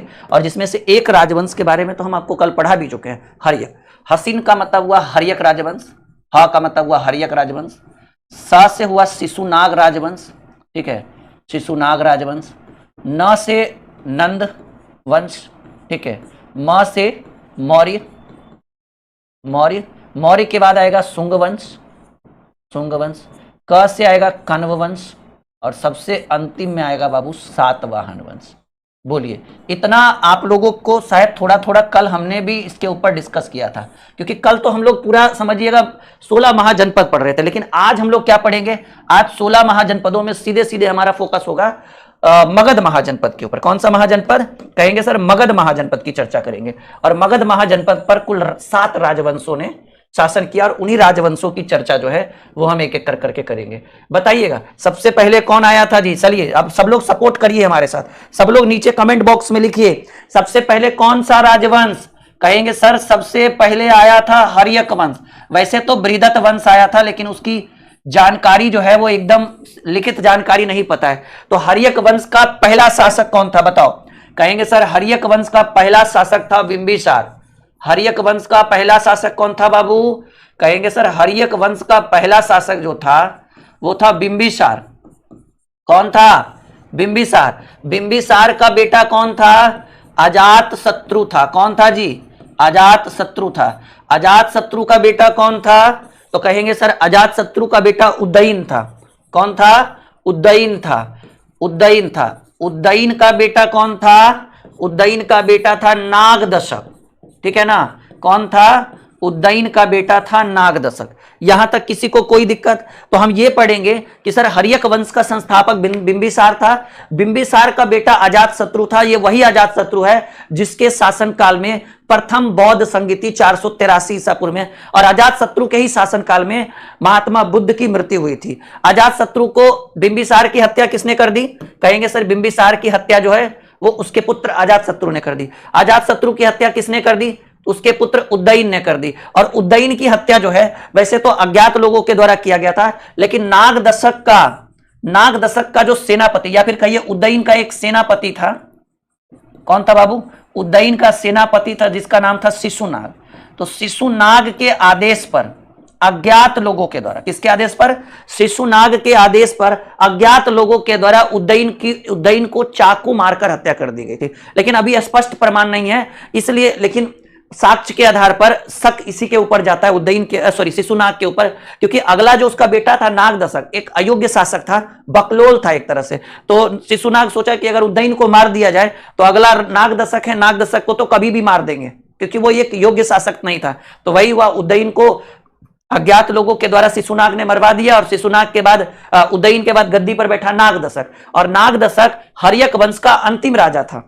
ठीक है, नागदशक हर्यक वंश का अंतिम राजा था और नागदशक की हत्या किसने कर दी? तो कहेंगे सर नागदशक की हत्या जो है वो शिशुनाग ने करके एक नए राजवंश की स्थापना मगध साम्राज्य पर किया और वो उसका नाम पड़ा शिशुनाग वंश। अच्छा, इस वंश को जो है ना पितृहंता वंश कहते हैं। अगर आपसे एग्जाम में पूछ दे कि किस वंश को प्राचीन इतिहास में पितृहंता वंश, पितृहंता का मतलब पिता की हत्या करने वाला वंश, तो कहेंगे सर वो हर्यक वंश था, क्योंकि बिंबिसार को अजातशत्रु मार दिया, अजातशत्रु को उदयन मार दिया। बस नागदशक इसलिए नहीं मारा क्योंकि ये बकलोल शासक था और उदयन बोल दिया था कि देखो जी जो पिताजी और दादाजी और परदादाजी के साथ हुआ ना, तुम हमारे साथ मत करना, तुमको गद्दी जब चाहिएगा तब दे देंगे। उससे पहले ही मार दिया शिशुनाग उसको। तो इतनी सी बात क्लियर। सब लोग नीचे कमेंट में लिखिए, एक बेहतर एक जबरदस्त कॉन्सेप्ट हम आपको प्रोवाइड करेंगे, भरोसा रखिए एक बार। अब देखिए, अब दूसरा वंश कौन सा आया? हर्यक वंश तो खत्म हो गया, कहेंगे सर अगला वंश आया शिशुनाग वंश। कौन सा वंश? कहेंगे सर हर्यक वंश के बाद आया शिशुनाग वंश। शिशुनाग वंश के संस्थापक कौन थे, या फिर कहिए शिशुनाग वंश का पहला शासक कौन था? तो कहेंगे सर वो शिशुनाग ही था। शिशुनाग कौन था? शिशुनाग जो था वो उदयन और उदयन के बाद नागदशक दोनों का सेनापति था। उदयन का भी सेनापति शिशुनाग था और उदयन जब मर गया तो नागदशक का। और फिर शिशुनाग ने किसकी हत्या कर दी? नागदशक की। और कौन से वंश की स्थापना की? शिशुनाग वंश की। शिशुनाग के बाद उसका बेटा आया कालाशोक। कौन सा आया? कालाशोक आया। हालांकि शिशुनाग एक योग्य शासक था लेकिन इसने अपने साम्राज्य का बहुत बड़े लेवल पर विस्तार नहीं किया। लेकिन जब कालाशोक आया तो इसने अपने साम्राज्य का एक बहुत बड़े, अभी हम क्योंकि इतना तो हम कल पढ़ चुके थे हर्यक वंश का, आज हम पढ़ेंगे शिशुनाग वंश। तो शिशुनाग वंश की शुरुआत करने से पहले आप मोटा मोटी जानकारी हमसे ले लीजिए ताकि जब हम इसके अंदर घुसे तो एक एक पॉइंट अच्छे से समझ में आए। बात समझ रहे हो मेरी बात? हर्यक वंश कैसा वंश है? पितृहंता वंश, पिता की हत्या करने वाला वंश था। शिशुनाग की बात करें तो शिशुनाग वंश का संस्थापक शिशुनाग था जो उदयन और नागदशक का सेनापति था। उसने नागदशक को मार करके, हत्या करके और उदयन को मरवा करके, ठीक है, एक नए राजवंश शिशुनाग वंश की स्थापना की। पहला शासक शिशुनाग, दूसरा कालाशोक और तीसरा जो था वो नंदीवर्धन था जी। ठीक है, देखिए आपसे यहां से 3 सवाल पूछ सकता है। पहला सवाल कि शिशुनाग वंश की स्थापना किसने की? तो कहिएगा सर शिशुनाग। शिशुनाग वंश का सबसे प्रतापी शासक कालाशोक, इसके बारे में हम अभी पढ़ेंगे थोड़ी देर पहले। शिशुनाग वंश का सबसे योग्य शासक, कैसा शासक? योग्य शासक कालाशोक। और शिशुनाग वंश का अंतिम शासक नंदीवर्धन। नंदीवर्धन का एक सेनापति था महापद्मनंद। महापद्मनंद, हालांकि बुक में अच्छे से लिखा रहेगा। कौन सा? नंदीवर्धन का, शिशुनाग वंश का अंतिम राजा जो नंदीवर्धन है उसका सेनापति था महापद्मनंद। महापद्मनंद ने क्या किया? नंदीवर्धन की हत्या करवा दी। कौन सा? नंदीवर्धन की हत्या करा दी। किसने? महापद्मनंद। महापद्मनंद कौन था? ये नंदीवर्धन का सेनापति था भाई। कौन था जी? सेनापति था। तो नंदीवर्धन का सेनापति महापद्मनंद ने नंदीवर्धन की हत्या करा करके मगध पर एक नए राजवंश नंद वंश की स्थापना कर दी। किसने? नंद वंश की स्थापना कर दी। नंद वंश का संस्थापक कौन था? कहेंगे सर नंद वंश का संस्थापक जो था वो कौन था? नंद वंश का पहला शासक महापद्मनंद था। कौन था? ये एक क्रूर और एक योग्य शासक था जिसने मगध साम्राज्य का विस्तार एकदम वैशाली तक उधर और इधर कलिंग तक कर लिया था, मतलब एक बड़े लेवल पर। याद रखिएगा ये एक योग्य शासक था, ठीक है, योग्य शासक था और ये एक क्रूर शासक था। ठीक है, एक क्रूर शासक था। और इसने कौन सी उपाधि धारण की थी? इसने जो उपाधि धारण की थी वो था छत्रांतक। कौन सा? छत्रांतक। छत्रांतक का मतलब होता है क्षत्रियों का नाश करने वाला। भगवान परशुराम के बारे में सुने होंगे कि उनका जब साम्राज्य था, उनका जब शासन था तो भगवान परशुराम क्या किए थे ना? क्षत्रियों का नाश कर दिए थे, पूरे पृथ्वी को क्षत्रिय विहीन कर दिए थे। तो दूसरा क्षत्रिय ये महापद्मनंद को याद रखिएगा। महापद्मनंद को जो है इतिहास में द्वितीय, कौन सा? द्वितीय परशुराम कहा जाता है। परशुराम किसके शासनकाल में थे?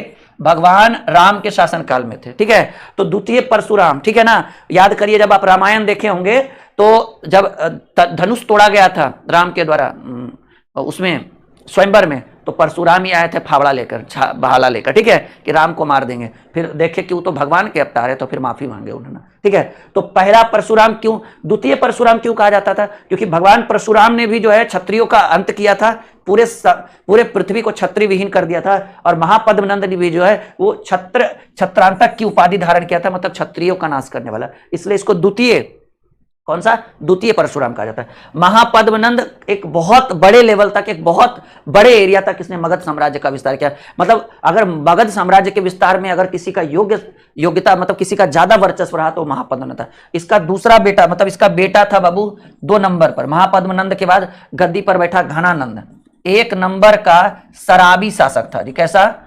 घनानंद। एकदम दिन भर ऑर्केस्ट्रा देखते रहता था, नाच डीजे, और इतना मतलब शराबी था जिसका आप कल्पना नहीं कर सकते। ये भी एक क्रूर शासक था, एकदम गुस्सैला शासक था, लेकिन अयोग्य शासक था। हुआ क्या कि इसके शासनकाल में, इसके दरबार में तक्षशिला के आचार्य चाणक्य आए थे, चाणक्य आए थे, ठीक है, जिनका नाम कौटिल्य या विष्णुगुप्त था, इसी के दरबार में, घनानंद के दरबार में। और एक संदेश लेकर आए थे कि भाई भारत में जो है अब सिकंदर अपनी 2.5 लाख सेना लेकर पहुंच चुका है, और जल्दी जल्दी से चलिए भारतीय सीमा पर अपनी एक बड़ी योग्य सेना लगाइए, क्योंकि सबसे बड़ा राजवंश मगध राजवंश ही था। तो घनानंद से इसको मिलने ही नहीं दिया जा रहा था, क्योंकि मगध साम्राज्य का राजा था ये जो है वो डायरेक्टली सभा में घुस गया एकदम किसी तरह से, ठीक है। और जब देखा तो एकदम पूरा फुल ऑर्केस्ट्रा पर नाच रहा था घनानंद, एकदम गुस्सा गया, काहे जी कौन है? तो ये अपना परिचय दिया, मास्टर मास्टर के कोई वैल्यू है जी, जाओ भगो। इसको क्या किया जो है अपने सेनापति के द्वारा या सबके द्वारा, इसके घनानंद का सेनापति का नाम था क्या था, राक्षस ऐसे कुछ करके था, हाँ राक्षस, ठीक है। देखो नामों है बाबू, राक्षस था वो, हाजी इसको भगवा, इसको भगा दिया। मतलब पूरे भरी सभा में चाणक्य का बेइज्जती करके घनानंद ने भगा दिया, और कहा दूत आएगा तो देखा जाएगा, ठीक है। और सम्राट सिकंदर जो है वो 2.5 लाख की सेना लेकर भारत में घुस रहा था, ठीक है।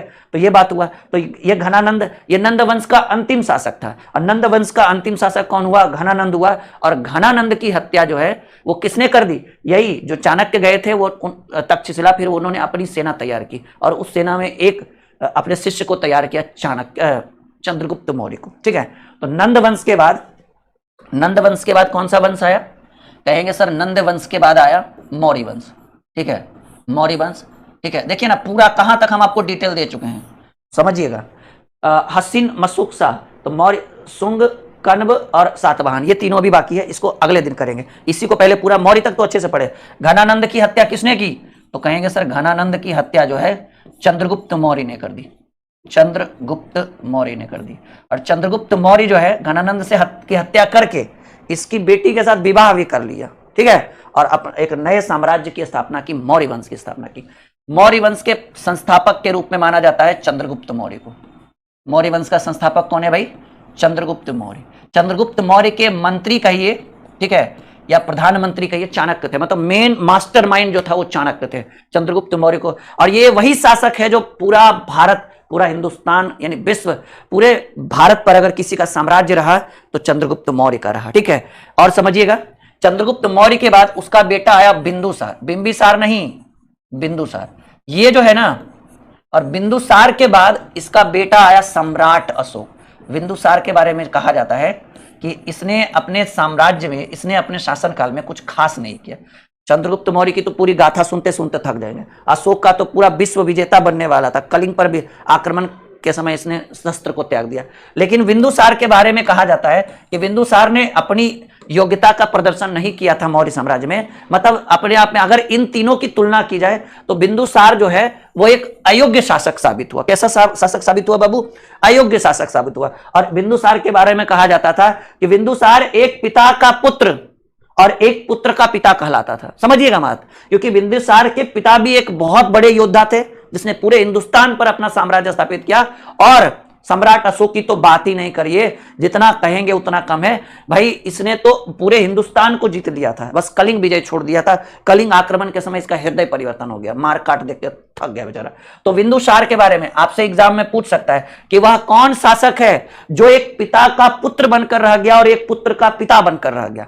मतलब इसका बेटा भी योग्य निकला और इसका बाप भी योग्य निकला, ये बकलोल निकला। ऐसा नहीं कि ये ऑर्केस्ट्रा वाला था, लेकिन ठीक ठाक था, लेकिन इतना योग्य नहीं था जितना चंद्रगुप्त मौर्य और सम्राट अशोक था। इसलिए मौर्य वंश जो है वो अपने चरम सीमा पर रहा था। तो चंद्रगुप्त मौर्य की बात हुई। ये बिंदुसार के बारे में प्रश्न एग्जाम में डायरेक्टली घुमा के पूछ सकता है कि किस शासक को एक पिता का पुत्र और एक पुत्र का पिता ही बनकर रह गया, वो था बिंदुसार। ठीक है, तो इतना पहले हम लोग अच्छे से सीख लेते हैं। उम्मीद है कि जितना मैंने आपको अभी सिखाया है पिछले 10 मिनट में, वो आपके माइंड में जाकर रुक गया होगा। यहां तक सब लोग क्लियर है? एक बार यस या नो, क्योंकि सबकी शिकायतें रहती कि सर आप कुछ बोलते नहीं हैं आजकल क्लास में। बोलो बाबू, यहां तक क्लियर है सबका? हम आगे बढ़े? सब लोग हाँ या ना में उत्तर दीजिए, तब हम आगे बढ़ेंगे। कहिए एकदम ऑल क्लियर सर। अभी देखिए, अभी तो मौर्य पे आए हैं, ठीक है, अभी तो 3 वंश बाकी है। अभी मौर्य पे आए, अभी शुंग वंश के बारे में हम बात करेंगे, पुष्यमित्र शुंग। कर्ण वंश की बात करेंगे, वासुदेव। सातवाहन वंश की बात करेंगे, सिम्मु। ये अगले दिन। पहले हम लोग मौर्य तक तो अच्छे से सीख ले पहले। आइए, शिशुनाग वंश, मोटी मोटी जानकारी मैंने आपको दे दी है। अब पूरा डीपली आपको एक एक पॉइंट पढ़ाना है कि शिशुनाग के काल में क्या हुआ, फिर उसके बाद अगले शासक के काल में क्या हुआ। मतलब एक एक चीज हम आपको यहां से क्लियर करके देंगे, ठीक है। चलिए बढ़े आगे। तैयार हैं आप लोग? देखिए, कहा गया है बाबू शिशुनाग के बारे में कि शिशुनाग का शासनकाल 412 ईसा पूर्व से लेकर 394 ईसा पूर्व तक रहा था। कब तक? 412 से 394। उससे हमको कोई लेना देना नहीं है, ईस्वी वगैरह नहीं पूछता है प्राचीन इतिहास से। कॉन्सेप्ट समझिए। कह रहा है इस वंश का संस्थापक, शिशुनाग वंश का संस्थापक शिशुनाग थे। इन्होंने अवंती तथा वत्स पर अधिकार करके उसे मगध साम्राज्य में मिला लिया। प्रश्न पूछा जाएगा कि अवंती को मगध में मिलाने वाला शिशुराज और वत्सराज को मगध में मिलाने वाला शिशुनाग। इसके बाद ये सबसे इंपॉर्टेंट पॉइंट है कि शिशुनाग ने अपनी राजधानी पाटली ग्राम से हटाकर वैशाली कर ली। समझिएगा, वैशाली क्यों किया गया? क्योंकि पाटली ग्राम जो था वो हर्यक वंश की राजधानी थी। हर्यक वंश की पूरी राजधानी के शुरू में राजगीर था, लेकिन प्रॉपर क्या हो गया? पाटलिपुत्र हो गया, पटना हो गया। उदयन के शासनकाल में पटना हो गया। तो बात यहां पर यह आ गया ना कि पाटली ग्राम इसलिए नहीं रहने दिया क्योंकि हर्यक वंश के अंतिम राजा नाग दशक की हत्या शिशुनाग ने कर दी थी। और शिशुनाग अगर पाटलिपुत्र ही रहने देता राजधानी को, तो कहीं इसके भी मारे जाने की खतरा नहीं हो, इसलिए अपनी राजधानी को बदल दिया। तो प्रश्न पूछेगा कि किसने राजधानी पटना से हटाकर वैशाली कर दिया, पाटलिपुत्र से हटाकर? तो कहेंगे सर शिशुनाग। और किस वंश की स्थापना की? शिशुनाग वंश की। फिर कह रहा है इसके शासनकाल के समय मगध साम्राज्य के अंतर बंगाल से लेकर मालवा तक का क्षेत्र था। ठीक है, इसके समय मगध साम्राज्य में बंगाल से लेकर धीरे धीरे विकसित हो गया ना। शुरू में तो मगध साम्राज्य पटना से लेकर राजगीर तक था, धीरे धीरे विकसित हो गया, डेवलप हो गया। इस वंश का अगला शासक, देखिए इसके बारे में कोई खास ज्यादा पढ़ना नहीं है, बस इसने अवंती पर शासन अधिकार किया था और वत्सराज पर, बस। इसके अलावा ये कुछ खास काम नहीं किया। ये पटना से राजधानी वैशाली ले गया और वैशाली से देखिए फिर जो अब यहां पढ़ेंगे कि इस वंश का अगला शासक कौन हुआ? कालाशोक। कालाशोक एक योग्य शासक था। अब ये कैसे योग्य शासक था अभी हम थोड़ी देर में जान जाएंगे। फिर कहा गया कालाशोक 394 में गद्दी पर बैठा था। ये 394 में मरा, 394 से लेकर 366 तक रहा था। शिशुनाग की मृत्यु के पश्चात कालाशोक मगध की गद्दी पर बैठा, ये तो हम जान ही चुके हैं। तो पहले कौन बाबू? देखिए ना, एकदम पूरा इतना ना डिटेल से पढ़ाए हैं कि उसके बावजूद भी अगर नहीं पढ़िएगा कि भाई पहले शिशुनाग, उसके बाद कालाशोक। कालाशोक योग्य शासक था। उसके बाद नंदीवर्धन की उसकी हत्या उसके सेनापति महापद्मनंद ने करके नंद वंश की स्थापना। नंद वंश में 2 ही शासक आया, पहला महापद्मनंद योग्य शासक, घनानंद अयोग्य शासक, बात खत्म। ठीक है, उसके बाद सीधे सीधे हम लोग मौर्य वंश में जाएंगे। यहां तक हो गया। अब देखिएगा मेन पॉइंट जो हमको जो जानने की जरूरत है, इसीलिए पीडीएफ से शुरू पहले हमने आपके लिए कॉन्सेप्ट रखा कि भाई आप समझो पहले। इसका नाम पुराण तथा दिव्यावदान के कारक वर्ण मिलता है। ये सब इंपॉर्टेंट नहीं है, ये पॉइंट पढ़िएगा। इसने वैशाली के स्थान पर पाटलिपुत्र को पुनः अपने, देखिए हर्यक वंश था तो पहले राजधानी बिंबिसार के समय राजधानी राजगीर था। राजगीर से पटना गया उदयन के काल में, ठीक है ना। उसके बाद पटना से जब शिशुनाग ने अपनी नए राजवंश की स्थापना की, शिशुनाग वंश की, तो उसको डर था कि कहीं पटना में हम उन्हें मरा जाए, ठीक है ना। तो पटना से राजधानी लेकर गया कहां, वैशाली। लेकिन जैसे ही शिशुनाग की मृत्यु हुई, उसका पुत्र कालाशोक जब आता है तो वो कहा डरेंगे काहे, जो होगा देखा जाएगा, फिर राजधानी पटना ले आया, क्योंकि वैशाली में वो सुविधा नहीं थी जो पाटलिपुत्र में था। तो वही कहा गया है कि इसलिए अपनी राजधानी पाटलिपुत्र को अपना, जैसे सोचिए बाप ले गया वैशाली, अब बेटा फिर वहीं ले आया, बोला भाई कुछ नहीं होगा, जो होगा देख लेंगे। अब आइए कह रहा है इसके समय द्वितीय बौद्ध संगीति, पहली बौद्ध संगीति अजात शत्रु के समय, पहली बौद्ध संगीति अजात शत्रु के समय, ठीक है ना, अजात शत्रु के समय 483 बीसी में, 483 बीसी में। और द्वितीय बौद्ध संगीति कालाशोक के समय। हमने आपको फॉर्मूला ट्रिक भी बताया, राजा महाराजा आए, वैश्या सबका काम है, वैश्या सबका काल है। वैश्या यानी वैशाली में हुआ था कालाशोक के समय। और इसी संगीति के बाद कालाशोक ने कहा नहीं, राजधानी वैशाली तैशाली नहीं रहेगा, यहाँ सुविधा उतना अच्छा नहीं है, चलो फिर पटने चलते हैं। और आपसे ये भी पूछ सकता है ये जो कालाशोक था ये किस वंश है, पूरा शिशुनाग वंश जो था वो ब्राह्मण वंश का प्रथम संस्थापक, ठीक है ना, ये ब्राह्मण जाति का था ये लोग, समझिएगा। कह रहा है कि पुराणों के अनुसार यह क्षत्रिय थे, ब्राह्मण वैसे भी क्षत्रिय अपने आप को कहलाते हैं। इस वंश का अंतिम शासक नंदीवर्धन, देखिए कुछ नहीं है, एकदम बस सिंपल समझिएगा कि सर हम पढ़ रहे हैं शिशुनाग वंश, शिशुनाग वंश के संस्थापक शिशुनाग थे, जिसने अवंती और मत्स्यराज पर आक्रमण किया था और अपने मगध में मिला लिया। शिशुनाग के बाद आया कालाशोक, ये एक योग्य शासक था और अपनी योग्यता से इसने बहुत बड़े लेवल तक मगध साम्राज्य को बना के रखा, और अंतिम शासक नंदीवर्धन।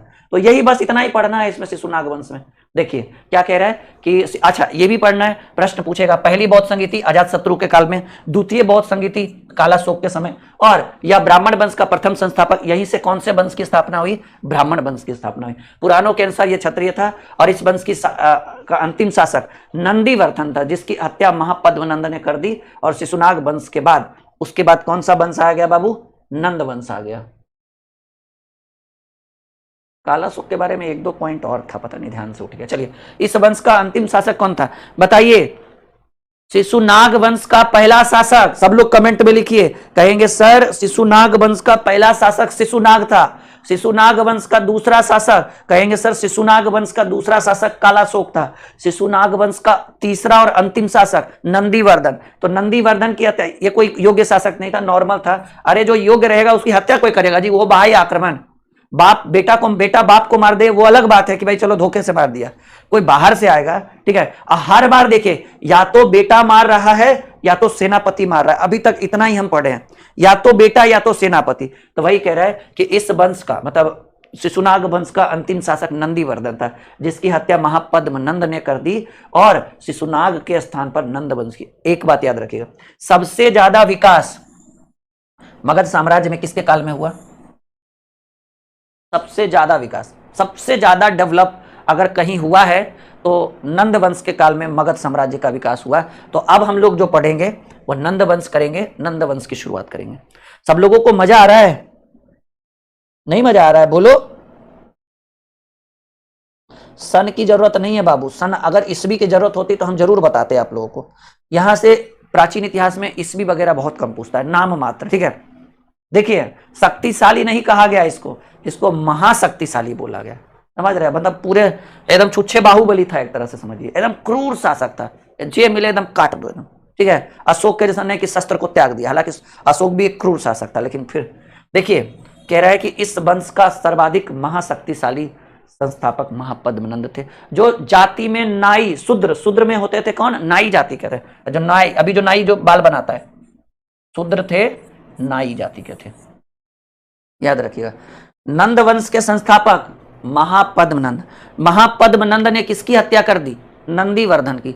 नंदीवर्धन कौन थे, शिशुनाग वंश के अंतिम राजा, शिशुनाग वंश के पहले शासक शिशुनाग, दूसरा कालाशोक, तीसरा नंदीवर्धन। इतना समझा रहे उसके बावजूद भी नहीं समझ में आए तो बेकार है, फिर हमसे आप पढ़ रहे हो। तो कह रहा है इस वंश का सर्वाधिक महाशक्तिशाली संस्थापक महापद्मनंद थे, जो जाति से शूद्र या कहिए नाई जाति कहते हैं, नाई लोग शूद्र में आते हैं। इन्होंने राजपूतों का विनाश किया, कहा हम छोटा जाति से जितना बड़का जाति लाखों मार देंगे, और इसलिए इसने छत्रांतक की उपाधि धारण की। छत्रांतक का मतलब होता है क्षत्रियों का नाश करने वाला, और क्षत्रियों का इसने बहुत बड़े पैमाने पर मार काट कर दिया। इस कारण से इनको जो है द्वितीय परशुराम कहा जाता है, क्योंकि रामायण काल में परशुराम ने क्षत्रियों का एकदम क्या कह सकते हैं, एकदम भूमि विहीन कर दिया, मतलब क्षत्रिय था ही नहीं, लेकिन क्षत्रिय भाई फिर पैदा होगा, ऐसा थोड़ी क्या कर दोगे। तो कह रहा है इन्होंने राजपूतों का विनाश करके सर्व छत्रांतक, क्षत्रियों का नाश करने वाला की उपाधि धारण की। महापद्मनंद को भार्गव यानी दूसरा परशुराम का अवतार भी कहा जाता है। देख लो जी कितना क्रूर शासक था। कहा एगो क्षत्रिय नहीं होना चाहिए, पूरा क्षत्रियों को मार मार के एकदम पूरा भूमि को लाल कर दिया था और क्षत्रियों का नाश कर दिया। इस कारण से इसने अपनी कौन सी उपाधि धारण कर ली? सर्व छत्रांतक। प्रश्न पूछ सकता है आप सबको, द्वितीय परशुराम किसको कहेंगे? महापद्मनंद को। सर्व छत्रांतक किसको कहेंगे? महापद्मनंद को। सर्व छत्रांतक का अर्थ क्या हुआ? क्षत्रियों का नाश करने वाला। तो एक एक पॉइंट, ठीक है, हमारे सेशन में भले समय लग जाए लेकिन इतनी क्वालिटी आपको देंगे, इतना लेवल आपको देंगे हिस्ट्री में, दोबारा किसी से हिस्ट्री पढ़ने की आवश्यकता नहीं पड़ेगी, ना तो ऑफलाइन ना तो ऑनलाइन। महापद्मनंद को भार्गव यानी दूसरा परशुराम का अवतार भी कहा जाता है। आप लोगों से बस एक ही रिक्वेस्ट है, ये जो नया चैनल हमने बनाया है ना, इसका थोड़ा सा आप लोग प्रचार प्रसार करिए अपने हिसाब से। अगर आपको लग रहा है कि राहुल सर आपको बेस्ट पढ़ा रहे हैं, राहुल सर आपको एक जबरदस्त कॉन्सेप्ट दे रहे हैं, तो थोड़ा अगर आप शेयर कर दोगे, थोड़ा अपने दोस्तों को बता दोगे, चैनल सब्सक्राइब कर लेंगे, बच्चों की भीड़ बढ़ जाएगी तो एनर्जी और आएगा ना। और जब हमारे अंदर एनर्जी आएगा तो हम अपनी एनर्जी रख के क्या करेंगे? आप ही लोगों में तो बांटेंगे, ठीक है। चलिए देखिए, है ना, नाई बोले थे ना, नाई जाति का था। जो महापद्मनंद थे बाबू, वो जाति में कौन सी जाति के थे? तो कहा गया है कि इस वंश की जाति जो थी नाई थी, जिसको नापित बोला जाता था। राजा नंद के प्रधानमंत्री का नाम राक्षस था। राजा नंद नहीं, गलत लिखा हुआ है, घनानंद था बाबू, ठीक है। राक्षस का असली नाम विष्णुगुप्त। वो चंद्रगुप्त वाला विष्णुगुप्त मत सोना, ये राजानंद नहीं होना चाहिए, घनानंद की बात करें।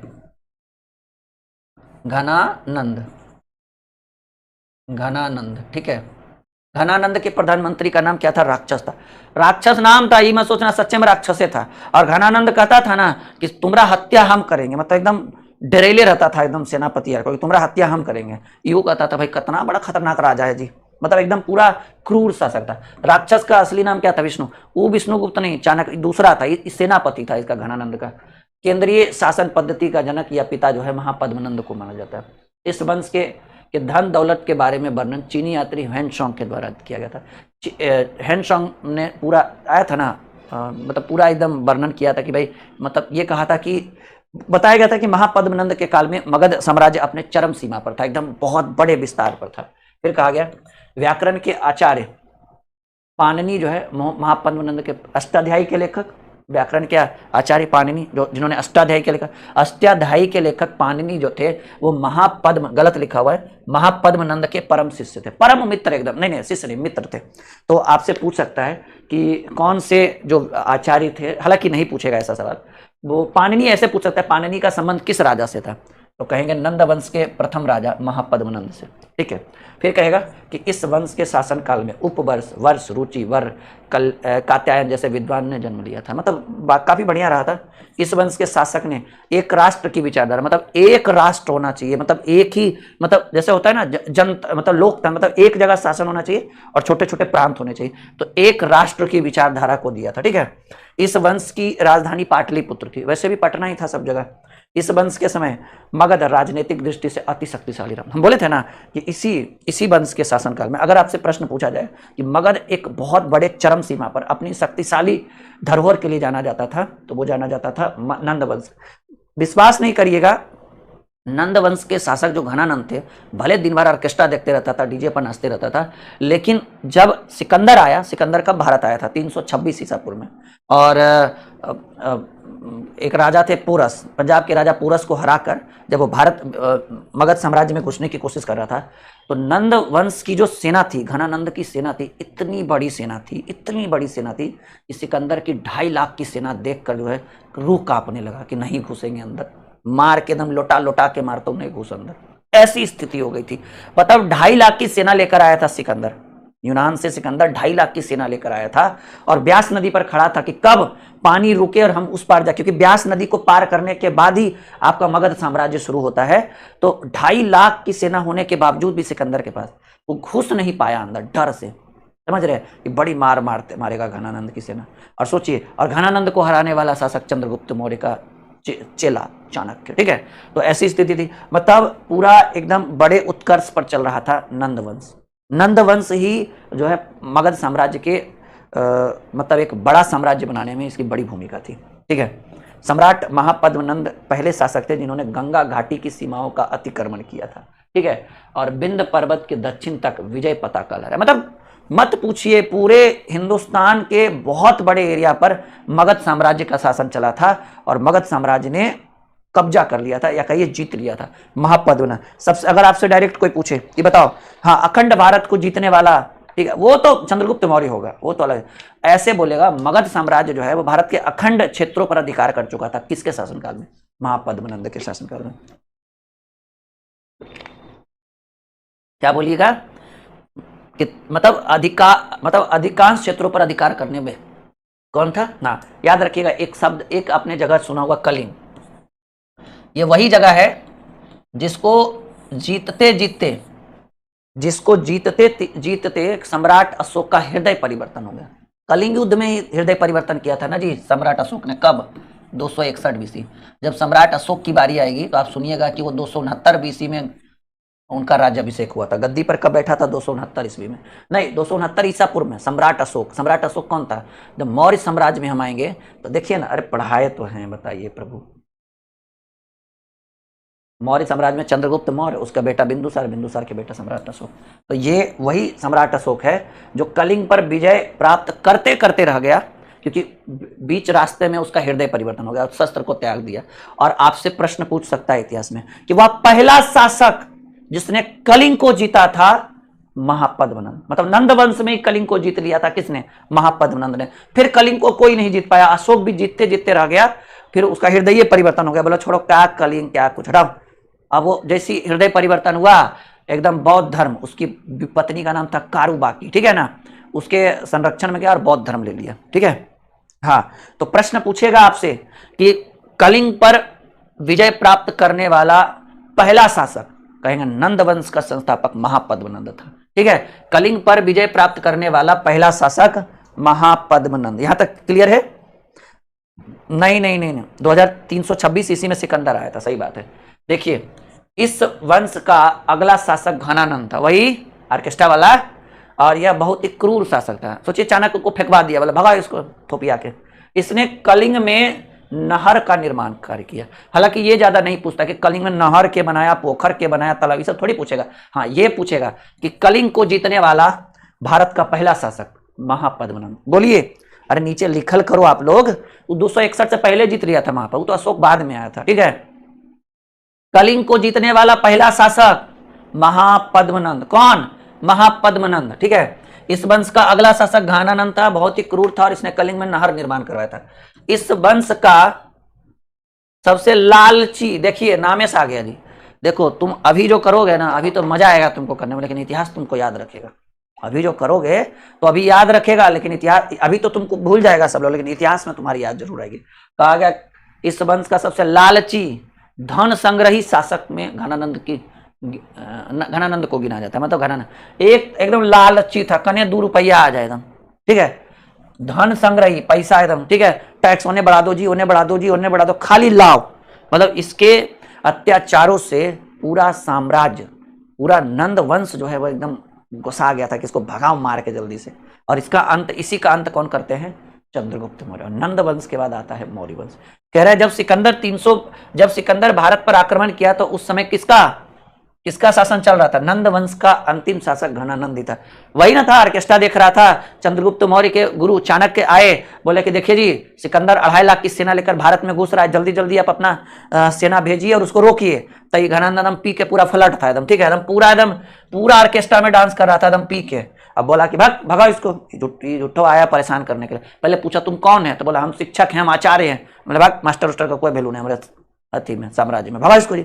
उठा कर फेंक दिया। उसका घनानंद का एगो राक्षस था, मतलब सेनापति था, राक्षस बोले थे ना, राक्षस। उससे बोला राक्षस भगा दिया। तो वो तो चल गया भाई, चंद्रगुप्त चाणक्य तो चल गए, लेकिन बाद में चाणक्य ने अपनी सेना तैयार की और उसमें मेन लीड कर दिया कौन? चंद्रगुप्त मौर्य। और चंद्रगुप्त मौर्य जो है घनानंद को मार देता है, और इसकी बेटी से भी, घनानंद की बेटी से भी चंद्रगुप्त मौर्य शादी कर लेता है, ठीक है। आगे देखिए, विश्व विजेता सिकंदर ने भारत पर आक्रमण के समय सम्राट घनानंद की विशालतम, देखिए बोले थे ना, सम्राट घनानंद की विशालतम सेना देखकर ही हौसला पस्त हो गया। बोला अरे बाप रे बाप, इतना बड़ा सेना है नंदवंश में। कि वो किसका देन था? महापद्मनंद का देन था। महापद्मनंद ने हर क्षेत्र में विकास किया, हर क्षेत्र में। कह तो रहे हैं, अगर मगध के विकास की गाथा लिखी जाएगी, मगध के विकास की गाथा लिखी जाएगी, तो चंद्रगुप्त मौर्य तो बाद में आए, उससे पहले महापद्मनंद था, जिसने मगध के साम्राज्य को एक बड़े सीमा तक, बड़े लेवल तक किया। हालांकि चंद्रगुप्त मौर्य ने भी पूरे भारत को जीता। एकमात्र ऐसा सम्राट जो पूरे भारत को जीता है वो चंद्रगुप्त मौर्य थे। ठीक है, याद रखिएगा। इतनी विशालतम शक्ति के सामने सिकंदर जैसे महान विश्व विजेता भी नतमस्तक हो गए। बोला दो रहल दो, फालतू के टेंशन लेता है। कह रहे होकर वापस लौटने में ही अपनी भलाई समझी। सिकंदर के भारत से जाने के बाद मगध साम्राज्य में अर्थव्यवस्था और अशांति फैल गई। जैसे सिकंदर गया, सब अपने अपने लड़ने लगा। और घनानंद जो है वो बकलोल ही था, उसका जो फालतू नीति था, या फिर उसकी जो थी, देखिए ना, कह रहा है कि प्रजा घनानंद के अत्याचार से ग्रस्त हो गई। ठीक है, एकदम भाई ई जाति वाला इतना देगा टैक्स, वो इतना टैक्स देगा, ई टैक्स देगा, ई टैक्स देगा, वो टैक्स देगा, परेशान हो गया था। तो घनानंद क्या हो गया, ग्रसित था। पूरा क्या हो गया, प्रजा घनानंद के अत्याचारों से ग्रसित थी। पूरे राज्य में अराजकता फैल गई। इमरजेंसी जिसको बोलते हैं, जो 1975 में लगता था, इमरजेंसी लग गया था। इसने अपने दरबार से चाणक्य को अपमानित करके निकाल दिया, जिस कारण चाणक्य अपने प्रिय शिष्य चंद्रगुप्त मौर्य के सहयोग से मगध में फैली अराजकता और विस्फोटक स्थिति का लाभ उठाकर, ताकि जनता तो था ही इसके अगेंस्ट की, नहीं हमारा राजा बढ़िया ने, घनानंद की हत्या करवा दी और मौर्य वंश की स्थापना कर दी। ठीक है, तो मौर्य वंश की स्थापना की। लेकिन यहां पर एक पॉइंट हमें पढ़ना है कि मौर्य वंश की स्थापना से पहले भारत पर विदेशी आक्रमण, सबसे पहले फारसी आक्रमण हुआ था, वो सिकंदर का। तो सिकंदर नहीं, उससे पहले हुआ था। एक एक चीज हम करके पढ़ते, यहां तक कोई दिक्कत?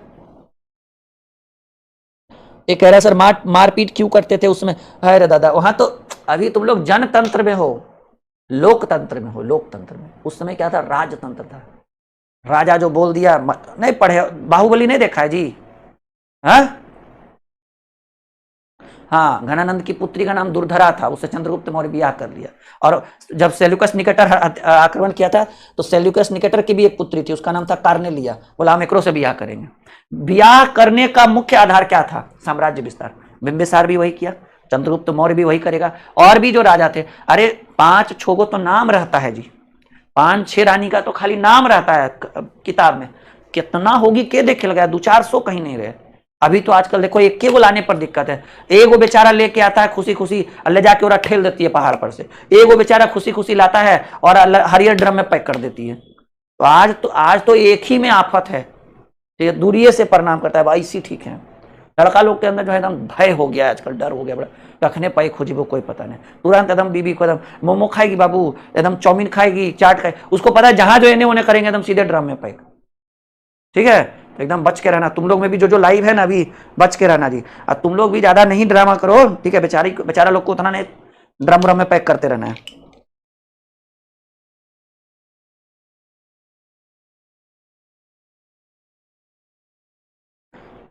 लेकिन सर चाणक्य तो कुनबड़ा में, अरे तो बाद में वो सब हुआ ना, अभी तो अपना जीने दो बेचारा को।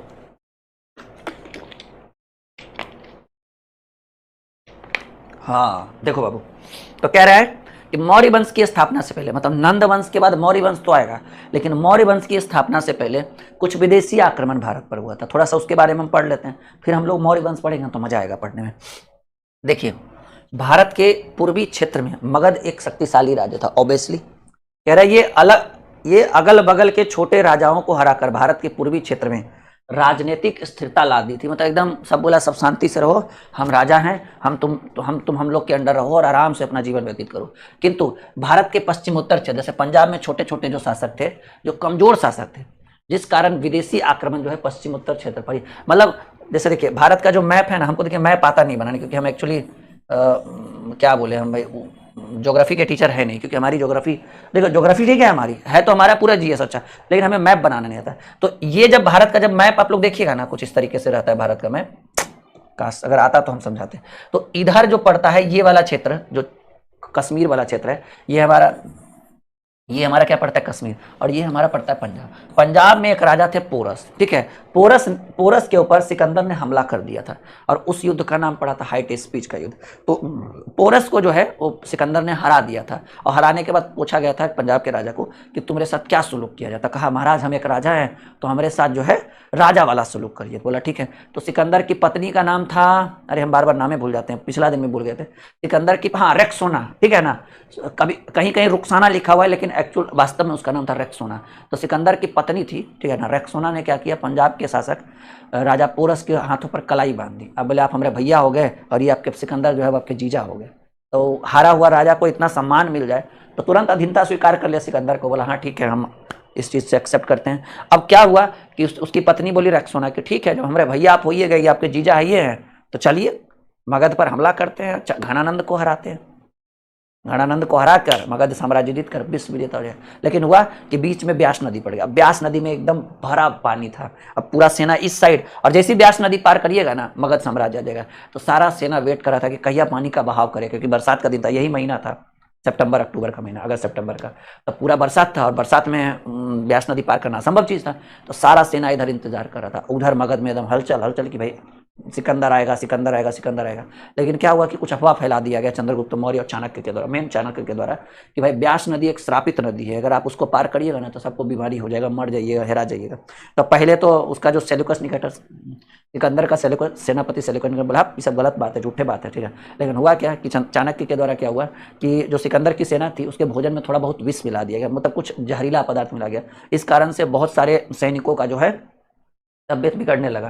तो सैनिक क्या किया कि अपने आप में डिमोटिवेट हो गया कि अब हम नहीं जाएंगे, अब बताइए हम पारो नहीं किए और हमारा तबियत खराब होने लगा, पार करेंगे कहीं मरा गए तो ब्यास नदी एक श्रापित नदी है। हालांकि ऐसा झूठ बात है, बस ऐसी अफवाह फैलाई गई थी। तो सिकंदर की सेना ने ब्यास नदी को पार करने से एकदम मना कर दिया, बोला हम जेबन करें। और उधर घनानंद का सेना देखा तो बाप रे बाप, इधर 2.5 लाख, उधर मत पूछिए। उधर कहा गया था कि नंद वंश में 6 लाख की सेना थी, तो इधर 2.5 लाख उधर चला, वो से डर गया। और प्लस मेन था कि भाई कहा गया था, मेन पानी का भी बहा था और सब कह दिया था कि ब्यास नदी एक श्रापित नदी है, उसको पार करिएगा तो खत्म, ठीक है। तो वहां से सिकंदर जो है वो लौट गया, बोला चलो तुम लोग का मने नहीं है तो रहने देता था। मगध पर आक्रमण नहीं हुआ, तो मगध पर आक्रमण नहीं हुआ और उसी बीच चंद्रगुप्त मौर्य ने आक्रमण कर दिया, घनानंद को हरा दिया और मौर्य वंश की स्थापना कर दी। लेकिन सिकंदर का जो सेनापति था सेल्यूकस निकेटर, वो कहा हम आक्रमण करेंगे, आप नहीं किए तो क्या हम करेंगे।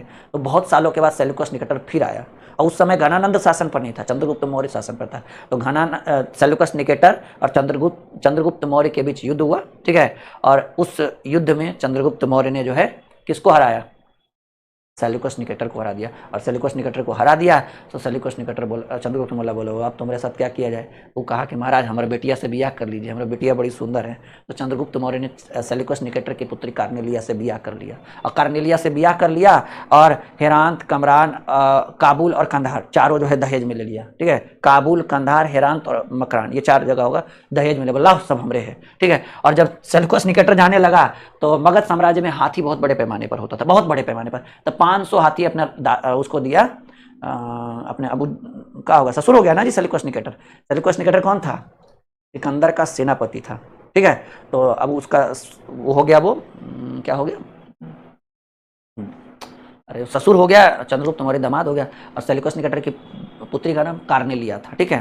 तो अब कार्नेलिया बोली कि हमको तो हिंदी ये भी नहीं करता, ये सब कुछ कुछ ही बोलता है चंद्रगुप्त मौर्य। तभी सेल्यूकस निकेटर ने अपने राजदूत मेगास्थनीज, नाम सुने होगा ना, जिसने इंडिका पुस्तक लिखी। तभी सेल्यूकस निकेटर बोला कि मेगास्थनीज हमारा बेटी को नहीं समझ में आता यहाँ का भाषा जी, तुम तो सब भाषा जानते हो ना, रह जाओ तुम यहीं हमारे बेटी के साथ। तब सेल्यूकस निकेटर के आदेश के पर मेगास्थनीज भारत में रह गया, चंद्रगुप्त मौर्य के शासनकाल में रह गया। और उसी मेगास्थनीज ने आगे चलकर इंडिका पुस्तक लिखी और इंडिका पुस्तक में मौर्य साम्राज्य की संपूर्ण जानकारी उपलब्ध है। देखिए कैसे कहानी, हिस्ट्री को पढ़िएगा तब समझ में आएगा, समझ रहे हैं। ऐसे रटोगे तो रटन विद्या तो होते रहेगा बाबू।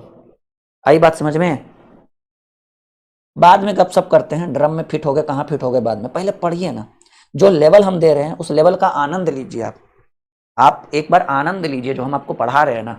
सोचिए ना 2-2 मिनट 10-10 मिनट तो हम पीडीएफ देख ही नहीं रहे, हम बस पढ़ा रहे हैं, ठीक है। तो यहाँ तक क्लियर हुआ। हाँ, कह रहे भारत पर प्रथम विदेशी आक्रमण ईरान फारस के हकमनी वंश के राजाओं ने, सिकंदर से पहले हुआ था, सिकंदर तो बाद में आया था, ठीक है ना, यूनान से पहले ईरानी फिर यूनानी। देखिए यहाँ पर पॉइंट लिखा हुआ है कि भारत पर पूर्वी क्षेत्र, अच्छा ये नहीं है, यहाँ लिखा होगा भारत पर विदेशी आक्रमण सबसे पहले भारत पर किसने आक्रमण किया, ईरानियों ने आक्रमण किया। ईरान जिसको अभी क्या बोला था, फारस, पहले फारस बोला जाता था, अब क्या है बाबू, ईरान, ठीक है। ईरान के एक राजा थे, एक वंश था हकमनी वंश, हकमनी वंश के राजा थे साइरस तृतीय। चलिए सब लोग लिखिए तो कमेंट बॉक्स में, भारत पर सबसे पहले किस राजवंश ने आक्रमण किया, कहेंगे ईरानियों ने।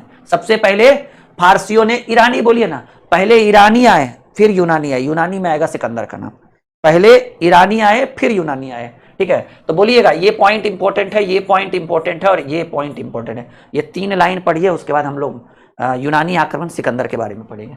तो कहेंगे भारत पर प्रथम विदेशी आक्रमण ईरान यानी फारस के हकमनी वंश के राजा साइरस द्वितीय ने किया था। भारत पर सबसे पहले आक्रमण किसने किया था? ईरानियों ने। किसने किया था? ईरानियों ने। आप पढ़ते ही इतना अच्छे हो कि रटने नहीं, रटने तो देंगे नहीं, रटने नहीं देंगे, प्रॉमिस। सब लोग लिखिए, नीचे कमेंट बॉक्स में लिखिए तो कि भारत पर सबसे पहला विदेशी आक्रमण किसके द्वारा हुआ था? कहेंगे सर भारत पर सबसे पहला विदेशी आक्रमण ईरानियों के द्वारा हुआ था। किसके द्वारा हुआ था? ईरानियों के द्वारा। ईरानियों में कौन? एक वंश था, ईरानियों में एक वंश था हकमनी वंश, और हकमनी वंश के राजा थे साइरस द्वितीय। तो भारत पर सबसे पहला आक्रमण ईरानियों के द्वारा। ईरानी में कौन सा वंश? हकमनी वंश। हकमनी वंश में कौन से राजा थे? साइरस द्वितीय थे। कह रहा है कि इस वंश का शासक डेरियस प्रथम ने भारत पर आक्रमण करने वाला पहला विदेशी राजा था।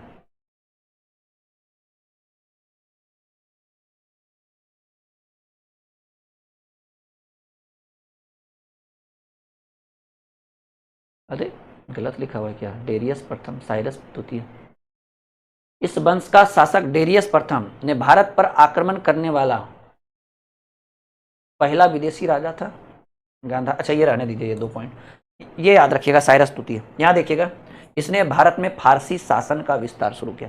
चलिए तो बस इतना याद रखिए ना, नाम नहीं पूछता है, हकमनी वंश का राजा था साइरस, ये पूछता है कि भारत पर सबसे पहला आक्रमण किसके द्वारा हुआ। तो कहेंगे सर भारत पर सबसे पहला आक्रमण ईरानियों के द्वारा। ईरानी के बाद कौन आए? यूनानी आए। हाँ इंडिका पूछता, अरे आगे पढ़ेंगे, टेंशन मत लीजिए।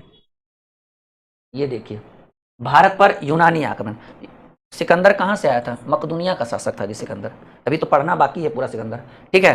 तो ईरान आक्रमण के बाद यानी ईरानियों के आक्रमण के बाद भारत पर दूसरा महत्वपूर्ण आक्रमण यूनानियों ने किया। उसमें साइरस द्वितीय ही याद रखिएगा, ठीक है, डेरियस प्रथम नहीं होता है।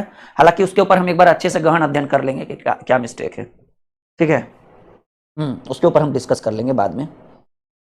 यहां तक सबको मजा आ रहा है? तो कहेंगे सर भारत पर सबसे पहला आक्रमण ईरानियों ने, ईरान के बाद यूनानियों ने। यूनानी में सबसे पहले कहा है कि ईरान आक्रमण के बाद भारत पर दूसरा आक्रमण यूनानियों का हुआ। यूनान के राजा फिलिप द्वितीय का पुत्र था, फिलिप द्वितीय का पुत्र था सिकंदर, और इनकी माता का नाम था ओलंपिया। ओलंपिया जो थी ना, अपने पति फिलिप द्वितीय को जहर देके मार दी थी। यानी सबसे पहला ड्रम में पैक होने वाले व्यक्ति का नाम क्या था? कहेंगे सर सबसे पहले ड्रम में पैक होने वाले व्यक्ति का नाम था फिलिप द्वितीय। फिलिप द्वितीय कौन था? सिकंदर के पिता थे। और फिलिप द्वितीय को जहर किसने दिया? ओलंपिया ने। ओलंपिया कौन थी? सिकंदर की मां थी। बोलो बढ़िया समझ में आ रहा है? बोलो ना, समझ में आ रहा है बाबू? समझिए एक बार फिर से क्या कह रहा है कि ईरान आक्रमण के बाद भारत पर दूसरा महत्वपूर्ण आक्रमण यूनानियों का था, ठीक है। यूनान के राजा थे फिलिप द्वितीय, और फिलिप द्वितीय का पुत्र था सिकंदर, और सिकंदर की माता का नाम था ओलंपिया, और ओलंपिया ने अपने पति फिलिप द्वितीय को ड्रम में पैक कर दिया था जौहर देकर। चलिए आई बात समझ में बाबू? अब देखिए क्या मेन पॉइंट है। या अपने पति, देखिए दिखा हुआ है ना, यह अपने पति को जहर देकर हत्या कर दी थी। सिकंदर का मूल नाम अलेक्जेंडर मैसेडोनियन था। ये याद रखिएगा, हो सकता है कभी कभी पूछ दे। हम लोग तो सिकंदर सिकंदर कहते रहते हैं, लेकिन सिकंदर का जो मूल नाम था वो क्या था बाबू? Alexander Macedonian. सब लोग लिखिए सिकंदर का, सब लोग नीचे कमेंट में लिखिए तो कि सर सिकंदर का मूल नाम अलेक्जेंडर मैसेडोनियन था। अलेक्जेंडर मैसेडोनियन था। क्या था? अलेक्जेंडर मैसेडोनियन, ठीक है। हाँ सिकंदर का मूल नाम अलेक्जेंडर मैसेडोनियन था। सिकंदर का मूल नाम, सब लोग लिखो, सिकंदर का मूल नाम अलेक्जेंडर मैसेडोनियन। कौन था? Alexander Macedonian. इनका जन्म मैसेडोनिया यानी पेला में 356 ईसा पूर्व में हुआ था, ठीक है। और इनकी पत्नी का नाम रुक्साना, बोले था ना रुक्साना या रेक्साना, रेक्सोना, ठीक है। रेक्साना नहीं, रेक्सोना था। रुक्साना के पिता फारसी शासक शाहदारा थे, और इसके घोड़े का नाम बुफे कराल, ठीक है। ये ज्यादा फेमस नाम है बुफे कराल। ये एग्जाम में भी पूछा गया है कि सिकंदर के घोड़े का नाम क्या था? बुफे कराल। क्या था बाबू? बुफे कराल। इसके गुरु का नाम अरस्तु था। सिकंदर के गुरु का नाम अरस्तु। और अकबर में आएंगे तो अब्दुल लतीफ ईरानी, ठीक है। तो सिकंदर के गुरु का नाम था अरस्तु, जिनके नाम पर इन्होंने झेलम नदी के तट पर एक नगर भी बसाया था, ठीक है। याद रखिएगा, प्रश्न एकदम याद रखिएगा। सिकंदर के पिता का नाम लुई फिलिप, सिकंदर की माता का नाम क्या था, अरे अभी भूल गए हम, सिकंदर की माता का नाम ओलंपिया। ओलंपिया ने किसको दिया था भाई, फिलिप द्वितीय को जहर दे दिया था। सिकंदर की पत्नी का नाम क्या था, रुखसाना, रेक्सोना बोलिएगा, रुखसाना रेक्सोना दोनों नाम है। सिकंदर के घोड़े का नाम बुफे कराल, सिकंदर के घोड़े का नाम बुफे कराल। सिकंदर का मूल नाम अलेक्जेंडर मैसेडोनियन, सिकंदर का मूल नाम अलेक्जेंडर मैसेडोनियन, लिखिएगा, सिकंदर का मूल नाम अलेक्जेंडर मैसेडोनियन। इसका जन्म मैसेडोनिया में हुआ था, कब, 356 ईसा पूर्व में। इनकी पत्नी रुखसाना थी, रुखसाना के पिता फारस शासक शाहदारा थे, ठीक है। इनके घोड़े का नाम, सिकंदर के घोड़े का नाम वुफे कराल, एकदम बड़ा इंपॉर्टेंट सवाल है, सिकंदर के घोड़े का नाम वुफे कराल। सिकंदर का मूल नाम अलेक्जेंडर मैसेडोनियन, ठीक है। इनके गुरु का नाम अरस्तु, जिसके नाम पर झेलम नदी के तट पर एक नगर भी बसाया था। अरस्तु के गुरु प्लूटो थे, प्लेटो थे, जिनको अफलातून कहा जाता है, ये इंपॉर्टेंट पॉइंट है। प्लेटो के गुरु का नाम सुकरात था, देखिए पहले समझिए।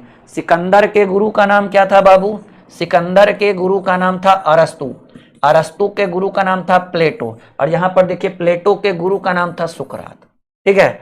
एकदम ये सीक्वेंस अच्छे से समझिएगा। सिकंदर के गुरु का नाम अरस्तु, सिकंदर के गुरु का नाम अरस्तु, अरस्तु के गुरु का नाम प्लेटो, और प्लेटो के गुरु का नाम सुकरात, है ना यहाँ पर, जिन्हें जहर का प्याला देकर मार दिया गया था। भारत में सिकंदर का सबसे पहला सामना तक्षशिला के राजकुमार आम्भिक से हुआ था। तक्षशिला के एक छोटे से शासक थे, राजा थे, आम्भिक से हुआ। वहां के राजा आम्भिक ने सिकंदर की अधीनता स्वीकार कर ली।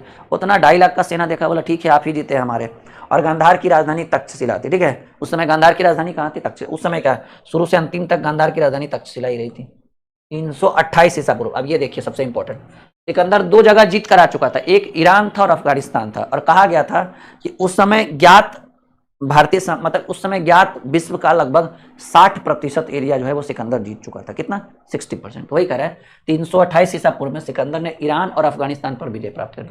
पंजाब के राजा थे पोरस, जिसको पूर्व भी कहा था, और सिकंदर के बीच झेलम नदी के तट पर, झेलम नदी कोई ठीक है, झेलम नदी के तट पर युद्ध हुआ, और इस युद्ध का नाम क्या पड़ा, हाइडेस्पिज का युद्ध। कौन सा बाबू, हाइडेस्पिज। प्रश्न पूछा जाएगा कि सिकंदर और पंजाब के राजा पोरस के बीच कहाँ युद्ध हुआ था, कहेंगे झेलम नदी के तट पर। कब हुआ, 328 ईसा पूर्व। कब हुआ, 328 ईसा पूर्व। कौन से युद्ध के नाम से जाना गया, हाइडेस्पिज का युद्ध। क्या हुआ इस युद्ध में, सिकंदर जीत गया, राजा पोरस हार गए, और राजा पोरस ने सिकंदर की अधीनता स्वीकार कर ली, और इनके साथ राजा जैसा व्यवहार किया गया। इस कारण से इनकी पत्नी रेक्सोना ने क्या किया, राजा पोरस के हाथों पर कलाई पर जो है वो राखी, अभी आ रहा है रक्षाबंधन, राखी बांधी, और उन्हें अपनी बहन उन्हें अपना भाई बना लिया, ठीक है। देखिए क्यों बना दिया, क्योंकि वो एक वीर शासक थे पोरस, ठीक है। इस युद्ध में पोरस हार गए, किंतु पोरस की वीरता को देखकर सिकंदर ने उन्हें मित्र बना लिया, और सिकंदर की पत्नी रेक्सोना ने पोरस की कलाई पर राखी बांधी थी, सुने ना। 326 ईसा पूर्व, 326 ईसा पूर्व में हुए इस युद्ध को झेलम या बितेस्ता या हाइडेस्पिज का युद्ध भी कहा जाता है, ठीक है। हाँ, आक्रमण किया था 328 में, ईरान और अफगानिस्तान जीता। हाइडेस्पिज का युद्ध कब हुआ, 326 में हुआ। और जैसे 326 में हुआ युद्ध, सिकंदर किधर बढ़ गया, मगध साम्राज्य की ओर। बोला चलिए मगध जीतते हैं, ठीक है। कह रहा है सिकंदर स्थल मार्ग से 325 में वह अपनी सेना के साथ भारत लौट गया, ठीक है। और 323 में ईरान के बेबीलोन में डायरिया के कारण, डायरिया बड़ा खराब बीमारी था, डायरिया के कारण ही अकबर की मृत्यु हुई थी 1605 में। जब हम आपको अकबर पढ़ाएंगे ना, तो अकबर की भी मृत्यु कैसे हुई थी, डायरिया के कारण। सिकंदर की मृत्यु हुई, और सिकंदर मात्र 33 वर्ष की अवस्था में मृत्यु हो गया। सोचिए सिकंदर पर भारत, सिकंदर जो है राजा पोरस को कब हराया, 326, और 326 में ही सिकंदर का भारत में आगमन हुआ। अब पूरा 1 साल तक इंतजार किया, ठीक है, मतलब 1 साल क्या 5-6 महीना इंतजार किया कि पानी कम है, हम जाएंगे। फिर सेना मना कर दिया कि नहीं हम नहीं जाएंगे, मगध में घुसबे नहीं करेंगे। और साथ ही साथ घनानंद की सेना भी बहुत शक्तिशाली थी, 6 लाख की सेना थी। तो फिर सिकंदर वापस हो गया। सिकंदर स्थल मार्ग से भारत से वापस कब हुआ, 325 ईसा पूर्व में अपनी सेना के साथ भारत लौट गया, ठीक है। भारत से लौट गया, ठीक है था। 323 ईसा पूर्व में इराक के बेबीलोन में डायरिया होने के कारण सिकंदर की 23 वर्ष की अवस्था में मृत्यु हो गई। सिकंदर का मकबरा बेबीलोन में। प्रश्न, बेबीलोन को झूलता हुआ मीनार कहा जाता है, ये 7 अजूबों में, लेकिन होगा बेबीलोन को झूलता हुआ बगीचा, जो 7 अजूबों में से एक है, ठीक है। बेबीलोन को क्या बोला जाता है, बेबीलोन कहाँ है बाबू, बेबीलोन जो है आपका इराक, कहाँ, इराक में। मतलब थोड़ा सा लंबा 10 मिनट क्या पढ़ा दिया आपको, तो परेशान हो गए हो एकदम। छोड़ दें, हमको क्या जाएगा बताओ। सबको अच्छा लग रहा है? एक बार यस या नो में जवाब दीजिए। हाँ, सिकंदर का पूरा नाम अलेक्जेंडर मैसिडोनियन, याद रखिए मूल नाम यही था। सिकंदर भारत से कुशल बढ़ई प्राप्त करना चाहिए, चाहता था कि बढ़ी ले जाए 200-400। हाँ ठीक है ठीक है। हाँ, सिकंदर भारत से क्या चाहता था? भारत से कुशल बढ़ई प्राप्त कर, बढ़ी जी। हाँ, सिकंदर भारत में 19 महीने तक रहा था, बोले थे ना 1 साल 1.5 साल रहा था। सिकंदर के साथ भारत आने वाला लेखक निर्याकस और आंड्रे सिक्रेटस और ये सब नहीं पूछता, ठीक है, छोड़िए। सिकंदर हिंदकुश पर्वत ने खैबर दर्रा को पार करके भरा था। ये इंपॉर्टेंट क्वेश्चन, देखिए जो इंपॉर्टेंट रहता है ना वो हम देखते के साथ उसका हमारे मुंह पर आ जाता है। प्रश्न पूछा था, ये प्रीवियस ईयर क्वेश्चन है कि सिकंदर भारत पर आगमन हुआ, ठीक है ना, सिकंदर का भारत पर आगमन हुआ तो किस रास्ते से हुआ? तो कहेंगे सर हिंदकुश पर्वत से हुआ था। कौन सा दर्रा था? खैबर दर्रा, ठीक है।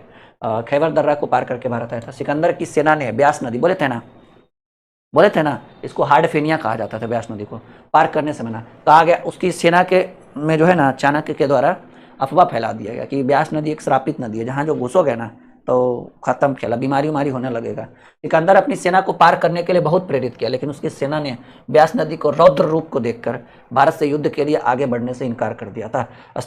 स्थल मार्ग से 325 ईसा पूर्व में अपनी सेना के साथ भारत से लौट गया। सिकंदर का थल सेनापति था सेल्यूकस निकेटर। देखो यही चंद्रगुप्त मौर्य का दामाद बनेगा, चंद्रगुप्त मौर्य इसका दामाद बनेगा। इसकी बेटी थी कार्नेलिया, ठीक है, बोला हम ब्याह करेंगे तुम्हारी बेटी से। ये दोबारा आया युद्ध करने के लिए था, वैसे तो बेचारा चलिए गया था वो, ठीक है, लेकिन याद रखिएगा ना तो सिकंदर जाना चाहता था ना सेल्यूकस निकेटर जाना, दोनों युद्ध करना चाहते थे मगध साम्राज्य में, लेकिन इसकी सेना घुस ही नहीं पाई अंदर, क्या किया जाए। तो वही बात करेंगे कि सिकंदर का थल सेनापति सेल्यूकस निकेटर था, जबकि जल सेनापति निर्याकस था, ठीक है, याद रखिएगा ये मेन था सेल्यूकस निकेटर, उसके बाद निर्याकस। सिकंदर के पुत्र सिकंदर चतुर्थ था, जो पत्नी रुक्साना का पुत्र था, रक्षोना का पुत्र क्या था? सिकंदर चतुर्थ नाम रखा गया था इसको, याद रखिएगा। सिकंदर लड़ाई में युद्ध, देखिए होता क्या था ना कि सिकंदर जब लड़ने जाता था ना कहीं, तो सबसे आगे यही खड़ा रहता था एकदम युद्ध में, तो उससे क्या सेना का मनोबल बढ़ जाता था, सेना का मनोबल बढ़ता था तो तब मार काट मचा देता था सेना। तो वही कहा गया है सिकंदर लड़ाई में खुद से सेना से आगे होकर खड़ा रहता था, जिससे सेना का मनोबल बढ़ जाता था। सिकंदर को विश्व विजेता इसलिए कहा जाता है क्योंकि उस समय यूनान के लोगों को विश्व की जितनी जानकारी थी उसका लगभग 60% एरिया जो है वो सिकंदर जीत चुका था, इसलिए इसको विश्व विजेता कहा जाता था, है ना, 60%। सिकंदर ने एशिया माइनर, जिसमें तुर्की, सीरिया, मिस्र, इराक, ईरान, सिंध, गंधार, कंबोज जीत लिया था, ये सब सिकंदर जीत लिया था। सिकंदर को पूरी दुनिया जीतने का सपना उसके गुरु अरस्तु ने दिखाया था कि भाई पूरा दुनिया जीतो तुम। सिकंदर के गुरु का नाम क्या था? अरस्तु।